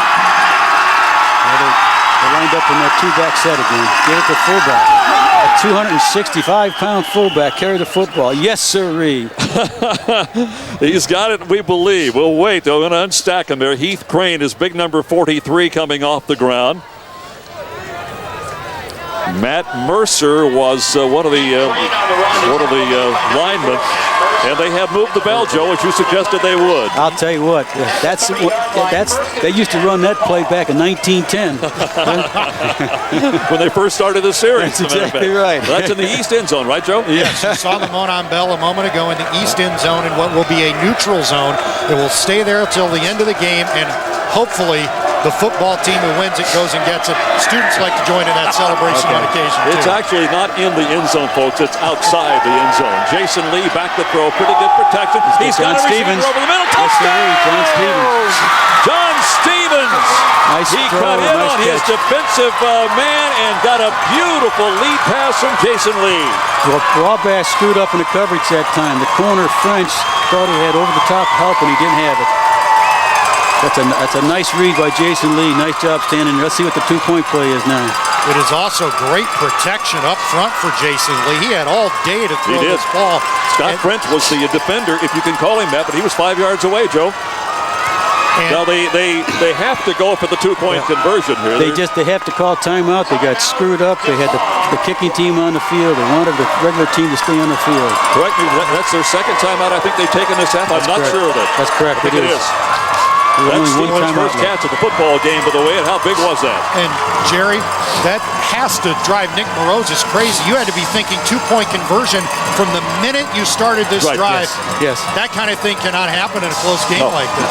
I agree. Somebody got messed up. Somebody didn't communicate on the sideline. Of course, if you've never been on the sideline, you don't understand. There's so much going on there, and somebody needed to get the unit together and say, "Man, if we're going to go for when we score the touchdown, don't say if. When we score the touchdown, we're going to go for 2 points," and that didn't get communicated to the players. Well, here is, and I don't know how many times Joe and Jerry and I have said that, here's the biggest play of the game. It's beginning to sound a bit redundant, but indeed it is the case right now. It's the Wabash Little Giants 17, the Tigers of DePaul 15, 6:51 to go, fourth quarter, and now because of that missed point after earlier in the game, DePaul forced to go for the 2-point conversion. Well, this is big, and this is big. They send John Stevens wide to the right side of your screen. Everybody else pretty much in tight. Joe Shane has been he's been the big guy in this football game today. He is now. They make the move. They make the shift. Now Shane will set it to slot to the right side. Watch Dan Ryan in the corner. No bubble screen. They've got it to Shane. Did he get in? Didn't get in. He did not get in. Great defensive play by the Wabash Little Giants. What a we tackle think it was at the goal Ryan line. Freeman in that area over there, Joe. Let's take a look at the replay. How close is this? The bubble screen again. Shane catches it, and it is Ryan Freeman who makes a great stop in his final Monon Bell game. We interviewed his dad early on, Tom Freeman, class of 70. I guarantee you Tom jumped as high as he's ever jumped down in the stands. That was a great play. That angle didn't show us, Joe or Jerry, but that had to be literally inches from the goal line. Had to be inches. There was a player on the ground also that fought off the block that was a factor in that too, Joe. I don't know who that player was, but that's a great job by him. Jason Lee, 20 of 38, 209 yards through the air, 2 touchdowns, 1 intercept, and on that 2-point conversion, which did not succeed, now the game has a little bit of a different flavor to it. And we talked at the top of the show that the team that made the fewest special teams mistakes would win the game. Wabash probably has made more special teams mistakes, but DePaul has been the biggest so far. That extra point is huge right now. It was. We said right when it happened, it was huge. This is kind of like the presidential election. Too close to call, yeah? It is too close to call right now. You have a good observation, Jerry Burnett. At this point, I am not interested in any recap. No, we don't want to recap. You don't want to do it again, right? Well, I would have liked to kick that extra point again. Ben Murray with a kick that's kind of a line drive kick right through the hands of the receiver over there. And let's see, it'll be a touchdown, a touchback. Brent Graber is the young man whose legs it went right through. Well, there's some question that a Wabash player, I couldn't catch the number, but one of the upbacks, DePaul saying touch the ball, and if he did, that's a DePaul touchdown.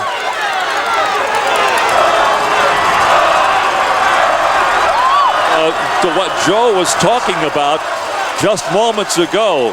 And Joe, your observation is right on. If that ball was touched, that changes everything. And this worries me that the officials are taking this long to talk it over. Well, it doesn't worry me yet. And let's take a look at the replay.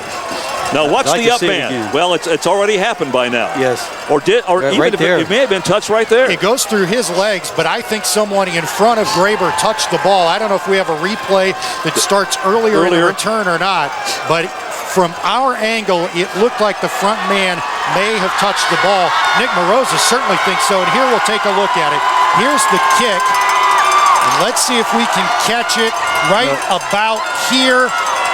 Not too close to tell, but boy, there's a chance. The trajectory of the ball looked like it might have changed. It did look like it changed. I will give you that. Yeah. But as they say, all week long, too close to call. But I'm telling you right now, the DePaul coaching staff is out there in unison. There's Nick right there. And they are wanting a call. And what this means, it's either Wabash's football on their own 20 with a touchback, or, as you pointed out, it's touchdown DePaul. And Nick Morosis is going to lose the debate. DePaul He's ball. going to lose that one, yep.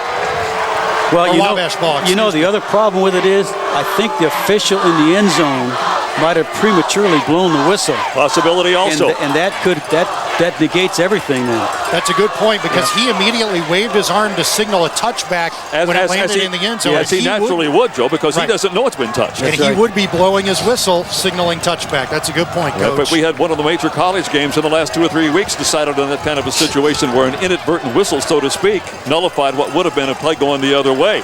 Conversation continues over there, but it's going to stand with 6 minutes and 43 seconds to play. The official now talking over toward our sideline over here. They'll start the clock and off we go. Jake Knott has been at quarterback the entire game for the Wabash offense. He will pitch back. What a terrific defensive hit that time by Freddie Marrero. Where did he come from? He was coming on a stunt that time, right into the play. They had brought the strong safety up tight almost into a linebacker, even a lineman's position. Watch the top of your screen, Freddie Marrero. Well, again, he's at nickel back. He's playing at linebacker spot, Jerry, and he's at nickel back out there, and he came on a stunt.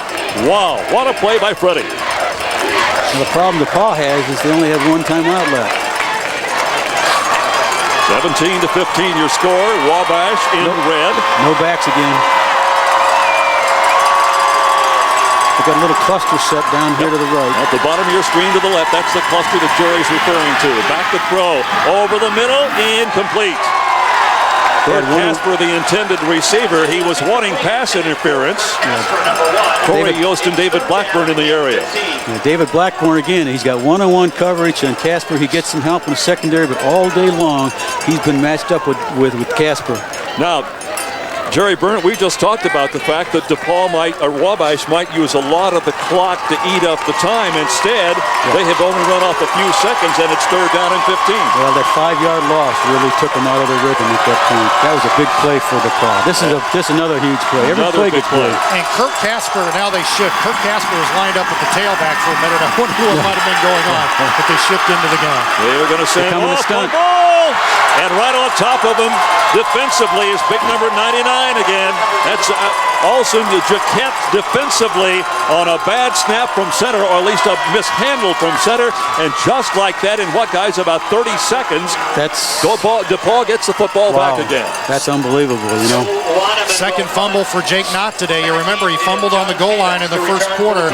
And this has been a rather shaky proposition for Wabash, punting the football. Well, DePaul is going to get great field position here with 5 minutes plus left on the clock. Loneman gets it away. Stevens will take it to the 35, 30, 25, near the 23-yard line before he is finally hit. But Stevens gets good field position for the DePaul Tigers as Terrence Nance comes in to make the stop. I mean, that is huge. Again, Joe, you talk about special teams play, and there it is again. That's a low kick, a line kick, a run back, and a super field position.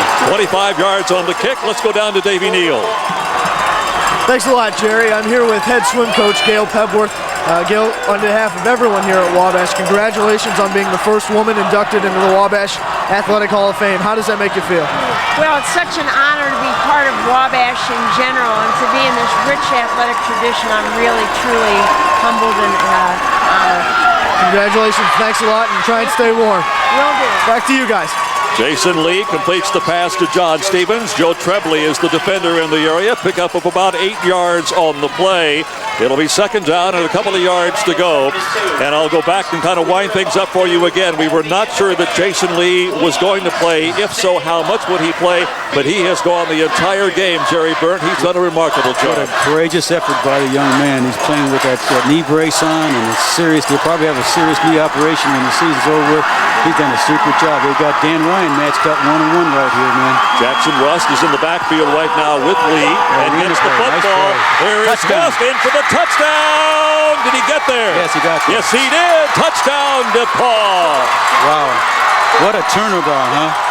That's Jackson Rust, by the way. I believe his mother works in the athletic department at DePaul. Wabash knew DePaul would screen and draw all day, and they run the draw to perfection here. That's that little trap draw, and they were coming with a stunt, and they just caught him right. That is only the 22nd ball. Well, he had 21 carries coming into the game, did Jackson Rust, and that's his first touchdown of the season. And I suspect DePaul will again go for 2 points here. 17-21.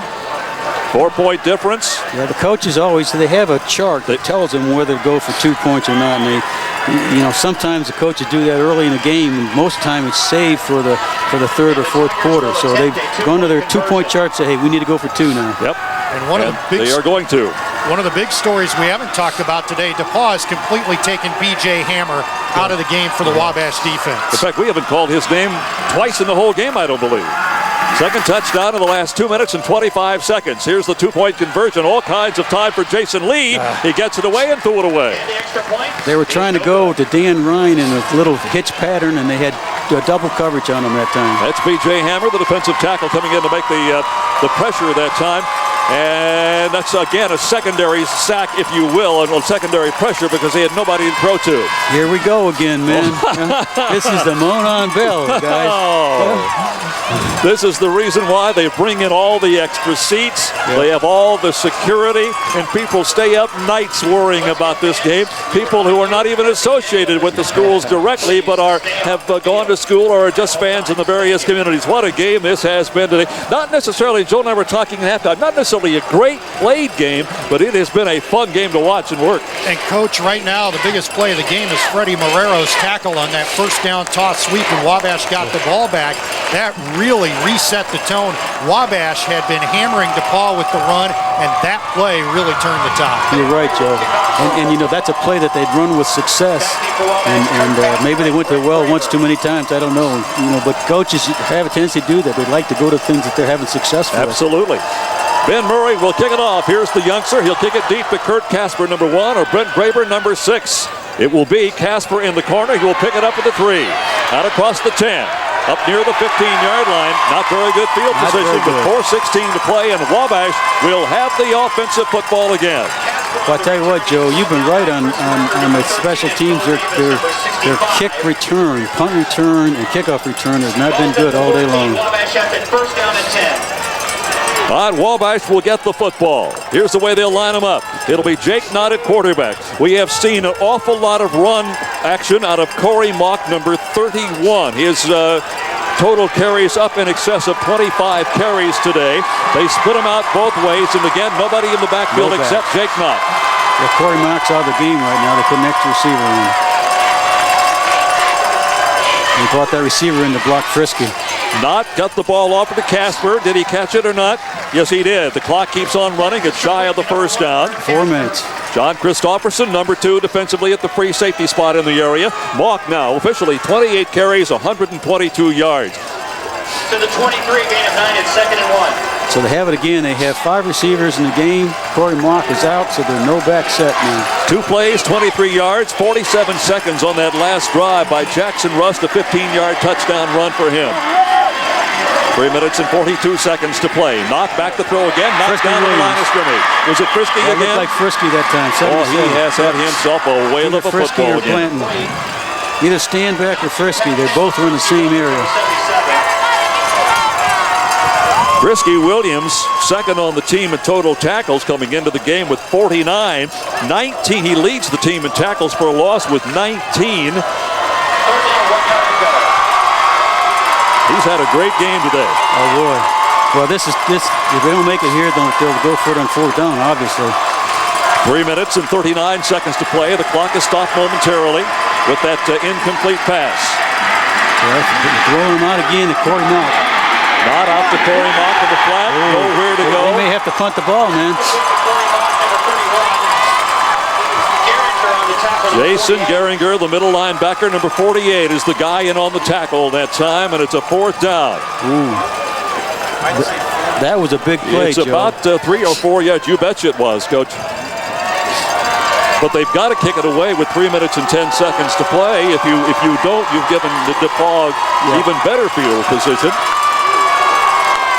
John Stevens again is deep, standing right at midfield on the 50-yard line, just out of your picture to the right of the screen. DePaul's playing for a fake punt. Loneman did not hit it particularly well. Stevens gets out of the way. It rambles down to the 45-yard line, and DePaul will get it. Inside 3 minutes. It all comes down now. If DePaul can control the game and run the clock, they'll win the football game. They can win the game right here, but by doing something they haven't done all day. 29 yards on the punt that time. We've talked a lot about the defenses in this game, and now Wabash's defense, Joe, has got to step up. With 2:49, a lot can happen in less than 3 minutes in the football game. And they have to make a stop right here. They cannot allow DePaul to get down inside the Wabash 30-yard line. Field position is a real key if Wabash gets the ball back. Ideally, Wabash needs a turnover right here. Yes. Good point just made to me back here. Wabash has all 3 of its timeouts, and they will. Joe Shane's at quarterback. They put Joe Shane at quarterback. He's running the sweep right now. He will take the snap at deep and get it out across midfield. He got about 6 yards on that play. Yeah, that Joe Shane. They put a quarterback. They put that in this week. On the run, tackled by Bouet and Heck. In fact, was Jason Lee even on the field for that play? No, Jerry. No, Lee was not in the field. All right. Shane replaced him. They lined up in almost a single wing. Now, again, I haven't seen a single wing in 30 years, but that's really what that was lined up in. You've got it in your playbook somewhere, someplace it's there, yes, sir. In case you missed it, Jerry Burnt working with us on the DePaul side of the ledger, coached here for a couple of years. You had a perfect season going. What was it? What year was that? Well, 1980, we played Wabash here to a 22-22 tie. And we were 7-2-1 that year, and I can still see that game vividly. We had a little receiver late in the game catch a 2-point conversion to tie the game, and Stan Parrish was a coach then. And Stan and I have become very good friends, and hard to believe a Paul guy would become good friends with the Wabash. Oh, boy, did he have a terrific record at the school. Stan Parrish, one of the best ever. Yes, sir. Stan's a great person and a great coach. And he's doing a great job with that offense at the University of Michigan. Yeah, they scored a lot of points last week. Unfortunately, they didn't win. Well, here's the scenario with 2 minutes and 40 seconds to play in the game. 21-17 in favor of DePaul. The Tigers in white with the ball. The Little Giants with the red jerseys trying desperately to get it back. Well, there's that inside trap, and they didn't block the backside three technique. Nothing doing for A.J. Smart. And for the first time today, B.J. Hammer makes some noise. The heart and soul of this defense, who is the all-time leader in tackles for a loss and sacks in a single season, made the stop there to set up 3rd down and long. And it is taken until the 2-minute and 33-second mark of the entire ball game for B.J. Hammer to make some noise. And he is 4th on the team in total tackles with 56 coming into the game, and leads the team in tackles for loss with 22. But you and I just commented, Joe, we had not called his name very often today. Well, you got to give credit to the DePaul offensive line. They're a little undersized, but they're very athletic, and they've done a great job of handling him. We mentioned the DePaul offensive line, 250 pounds. The front 4 for Wabash averages 241.3, so not a lot of difference there. Now we have a 3rd and 8, and this is another big play of the game. I'll tell you what, this is why my hair is so gray, making calls like this. And Wabash has 1 timeout left, I believe. That's 1 more timeout. There's a little swing pass to Shane. Got it to Shane.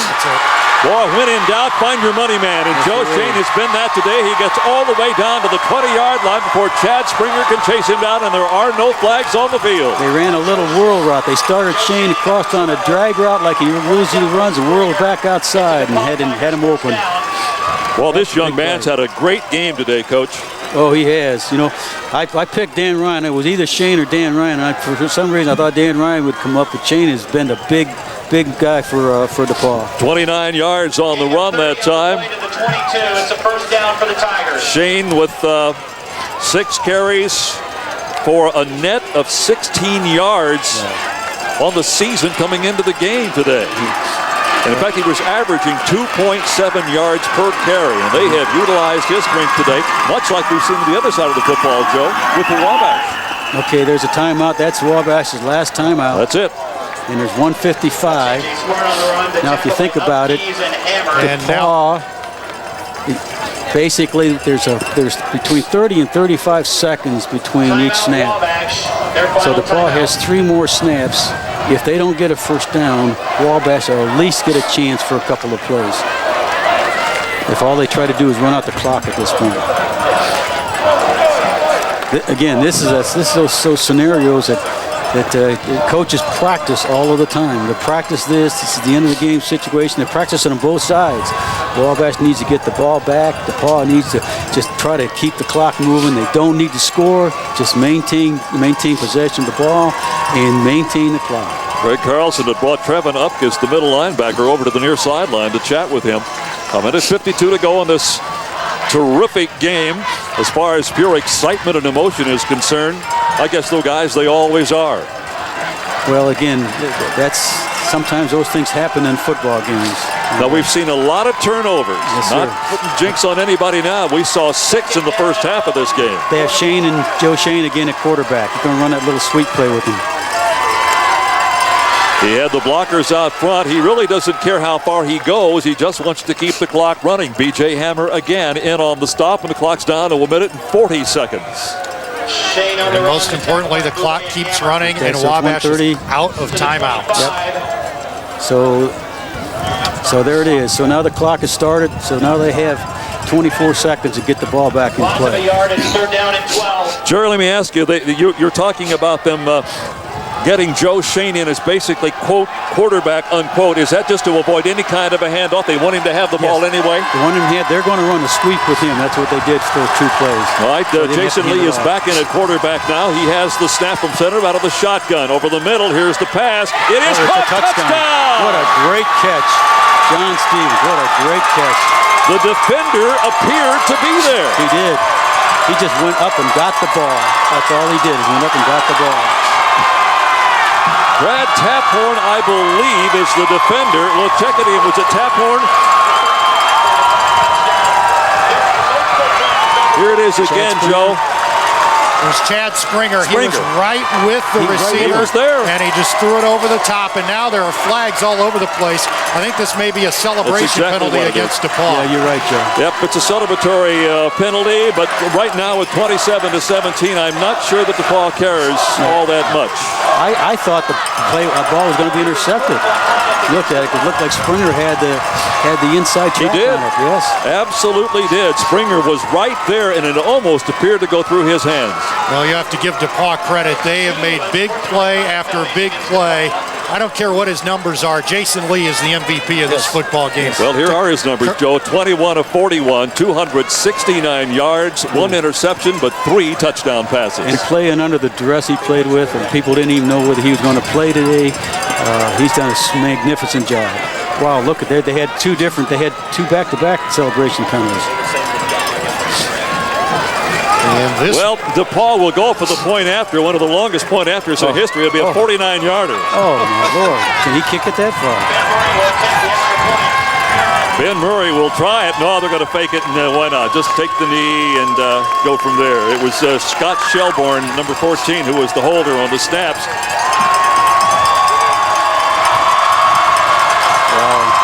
I'll tell you what a turnaround in this game.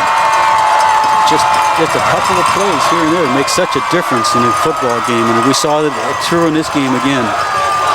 Well, the turnovers in the first half of the game, guys, were significant on both sides of the football. We saw each team gain a touchdown or a score anyway from turnovers. We haven't had as many turnovers in the second half, but there have been a lot of hills and valleys, if you will. Boy. And what a difference a half makes. A horribly played 3-3 first half to a second half that's been very well played. Very few turnovers, very few penalties, and big plays all around. And I still have to go back to the Freddie Marrero tackle on the first down sweep play after DePaul cut it to 2. That play really strikes me as the one that turned the tide for good. Well, you recall, Joe, the very next play, they went to the air and incomplete pass. Now the clock is stopped. You've run 2 plays in a matter of a few seconds, and now suddenly DePaul gets the football back again. Yeah, just when Wabash needed ball control. Yes. And Murray with the little squib kick upfield. It is knocked down and covered at the 27-yard line with 1 minute and 3 seconds to go. Stuart Johnson in defensively. Okay, so this is one of those scenarios again that they practice, and Wabash knows they've got to get 2. They got to get 2 scores, and DePaul knows that. So DePaul is going to back off a little bit and probably play 2 deep coverages with 5 underneath, or they could even go with a 3-man rush here. But they've got to put the ball in the air, right, Jerry? They have to put the ball in the air. DePauw's going with a 3-man rush here. As goofy as this game has been at times today, anything could happen here, Joe, in a minute and 3 seconds, I swear. They got to go deep, and they got to go quick, and they've got a receiver out there, and it is a penalty marker down. Kurt Casper, the intended receiver. They're going to call defensive pass interference by David Blackburn, number 31, the cornerback in the area. Casper was wide open, and he was bumped as the ball arrived, and a flag flies. And boy, usually when it's that close, the flag stays in the pocket in a tight game, but they threw the laundry on the field, and Wabash will pick up big yardage on the penalty. We'll take a look at it on the replay. Casper has been largely ineffective today, and that has more to do with DePauw's defensive scheme than Casper's play, but the interference will give Wabash a big gain for a first down. And it took 7 seconds, Joe. That's what I was referring to a couple of moments ago. And David Blackburn has done a great job because he's been matched up with Casper all day. Looked to me again like that was very similar to the one DePauw touchdown where Casper thought he was going to get help over the top and didn't get it. 8 penalties against DePauw today for a total of 83 yards. No backs again. DePauw's in a 2-deep scheme defensively. Casper again down the right side of the field. This time they're looking that way, and it may have been intercepted. Is the pick? Nope, we're going to call it an incomplete pass. He had it in his hands, but it came out. Casper, by the way, you guys were talking about how he has not been a major player. 4 catches, 37 yards today. David Blackburn, the defender in the area that time. And Kirk Casper came into today the 8th leading receiver in the country in catches per game. And, you know, it's easy for Wabash folks to be critical of Kirk Casper not being a big part of this game, B.J. Hammer not being a big part of this game. In reality, it has a lot to do with how well DePauw played on both sides of the ball. They are the ones that took those players out of the game. You guys both made points of that on both sides of the football today. Corey Mock become a big name on that Wabash offensive scheme, and we weren't expecting that to happen today. Back to throw again. Over the middle, the pass is caught. It is complete this time to Ryan Short. First down, clock will stop and move the chain. But again, David Blackburn, a freshman corner, 39 seconds to play. Nice job today. He has, very much so. In DePauw, that speaks well for DePauw in the future because both their corners are freshmen. Both Blackburn and Tillis, and they played well. Clock showing 38 seconds in the game, 27-17 in favor of DePauw. Wabash football trying to pick up something over the middle. The pass is caught again to Ryan Short. Another first down. Well, Wabash moving the ball well in the 2-minute drill, but unfortunately, I think it's going to be too little too late.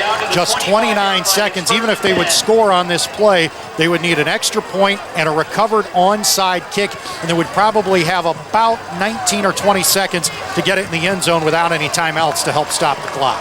19-yard pickup by Wabash this time. Jake Knott back to throw again. Good defensive coverage in the secondary. It's just kind of thrown up for grabs. It'll be intercepted by DePauw, and it'll be a touchback, and the DePauw Tigers are going to win this football game, and that would be 5 in a row. And that's unheard of, isn't it, man? Has that ever happened before? Wabash had it 5 in a row before this current winning streak for DePauw. 4 wins and a tie. DePauw has not had the bell 5 years in a row since a 10-year streak dating from the mid-50s to the mid-60s. Now DePauw won it 8 times from 55 to 64 with 2 ties tossed in there. Wabash had a 7-game win streak from 21 to 27. But 5 straight wins now for DePauw. The campus community of the losing team always feels badly. People are a little depressed, but Jerry, you know, the people to really feel for, the people your heart goes out to are the seniors on the losing team. And I'll tell you what, this group of seniors for Wabash this year had a great year. They set the tone all season long, and it is a bitter pill to swallow for some of the best seniors to ever play at Wabash to lose 4 straight Monon Bell against us. And if you've never been involved in it or any kind of a game, you don't understand that. From a coaching standpoint, you feel for everybody. I feel great for the DePauw kids, and you do. You feel really bad for the seniors. And I know because I coached. I had 2 senior classes that didn't beat Wabash. Now, I'm glad to see this, guys. We're looking at the DePauw getting around the Monon Bell and lifting it, but on the field, I'm seeing handshakes between the players on both sides of the football. Now, Nick Morosis and Greg Carlson meet, and I love that because this game has a high velocity octane content to it. Well, and one of the problems at both Blackstock Stadium and Little Giant Stadium has been crowd control over the years. Everybody in the stadium not rushing the field, controlling themselves, letting the players, the people who deserve to ring the bell first, get out there and get it. And DePaul with a deserving celebration, the drive for 5 complete for the Tigers. And a depressed and dejected Little Giant team leaves the field with 5 straight Monon Bell losses. Now, guys, let me get your thoughts on this. Listen to these numbers. For Wabash, Jake Nutt, 21 of 40, 1 touchdown, 1 intercept, 220 yards. Lee, 21 of 41, 269 yards, 1 intercept, and 3 touchdowns. This is a quarterback, Lee, we're talking about, whom we weren't even sure was going to play today. He had a terrific day, and Jake Nutt counted it, just throw for throw. Well, the 3 touchdowns obviously are huge. The fact that Lee hung in there like he did today, and the uncertainty of him even playing and making some of those good reads, and they couldn't get to him. The offensive line of DePaul did an outstanding job today. This game is very special, and I would only say to both Wabash and DePaul fans, if you have, or just football fans, if you have the opportunity, come and enjoy. This is something very special. There's your final score. All right, that's it. I'm Jerry Baker saying so long this afternoon from the Byron P. Hollert Little Giant Stadium, where the DePaul Tigers have come away for the 5th consecutive year with a win, 27-17. Our thanks to our crew from Channel 40 today for a job well done.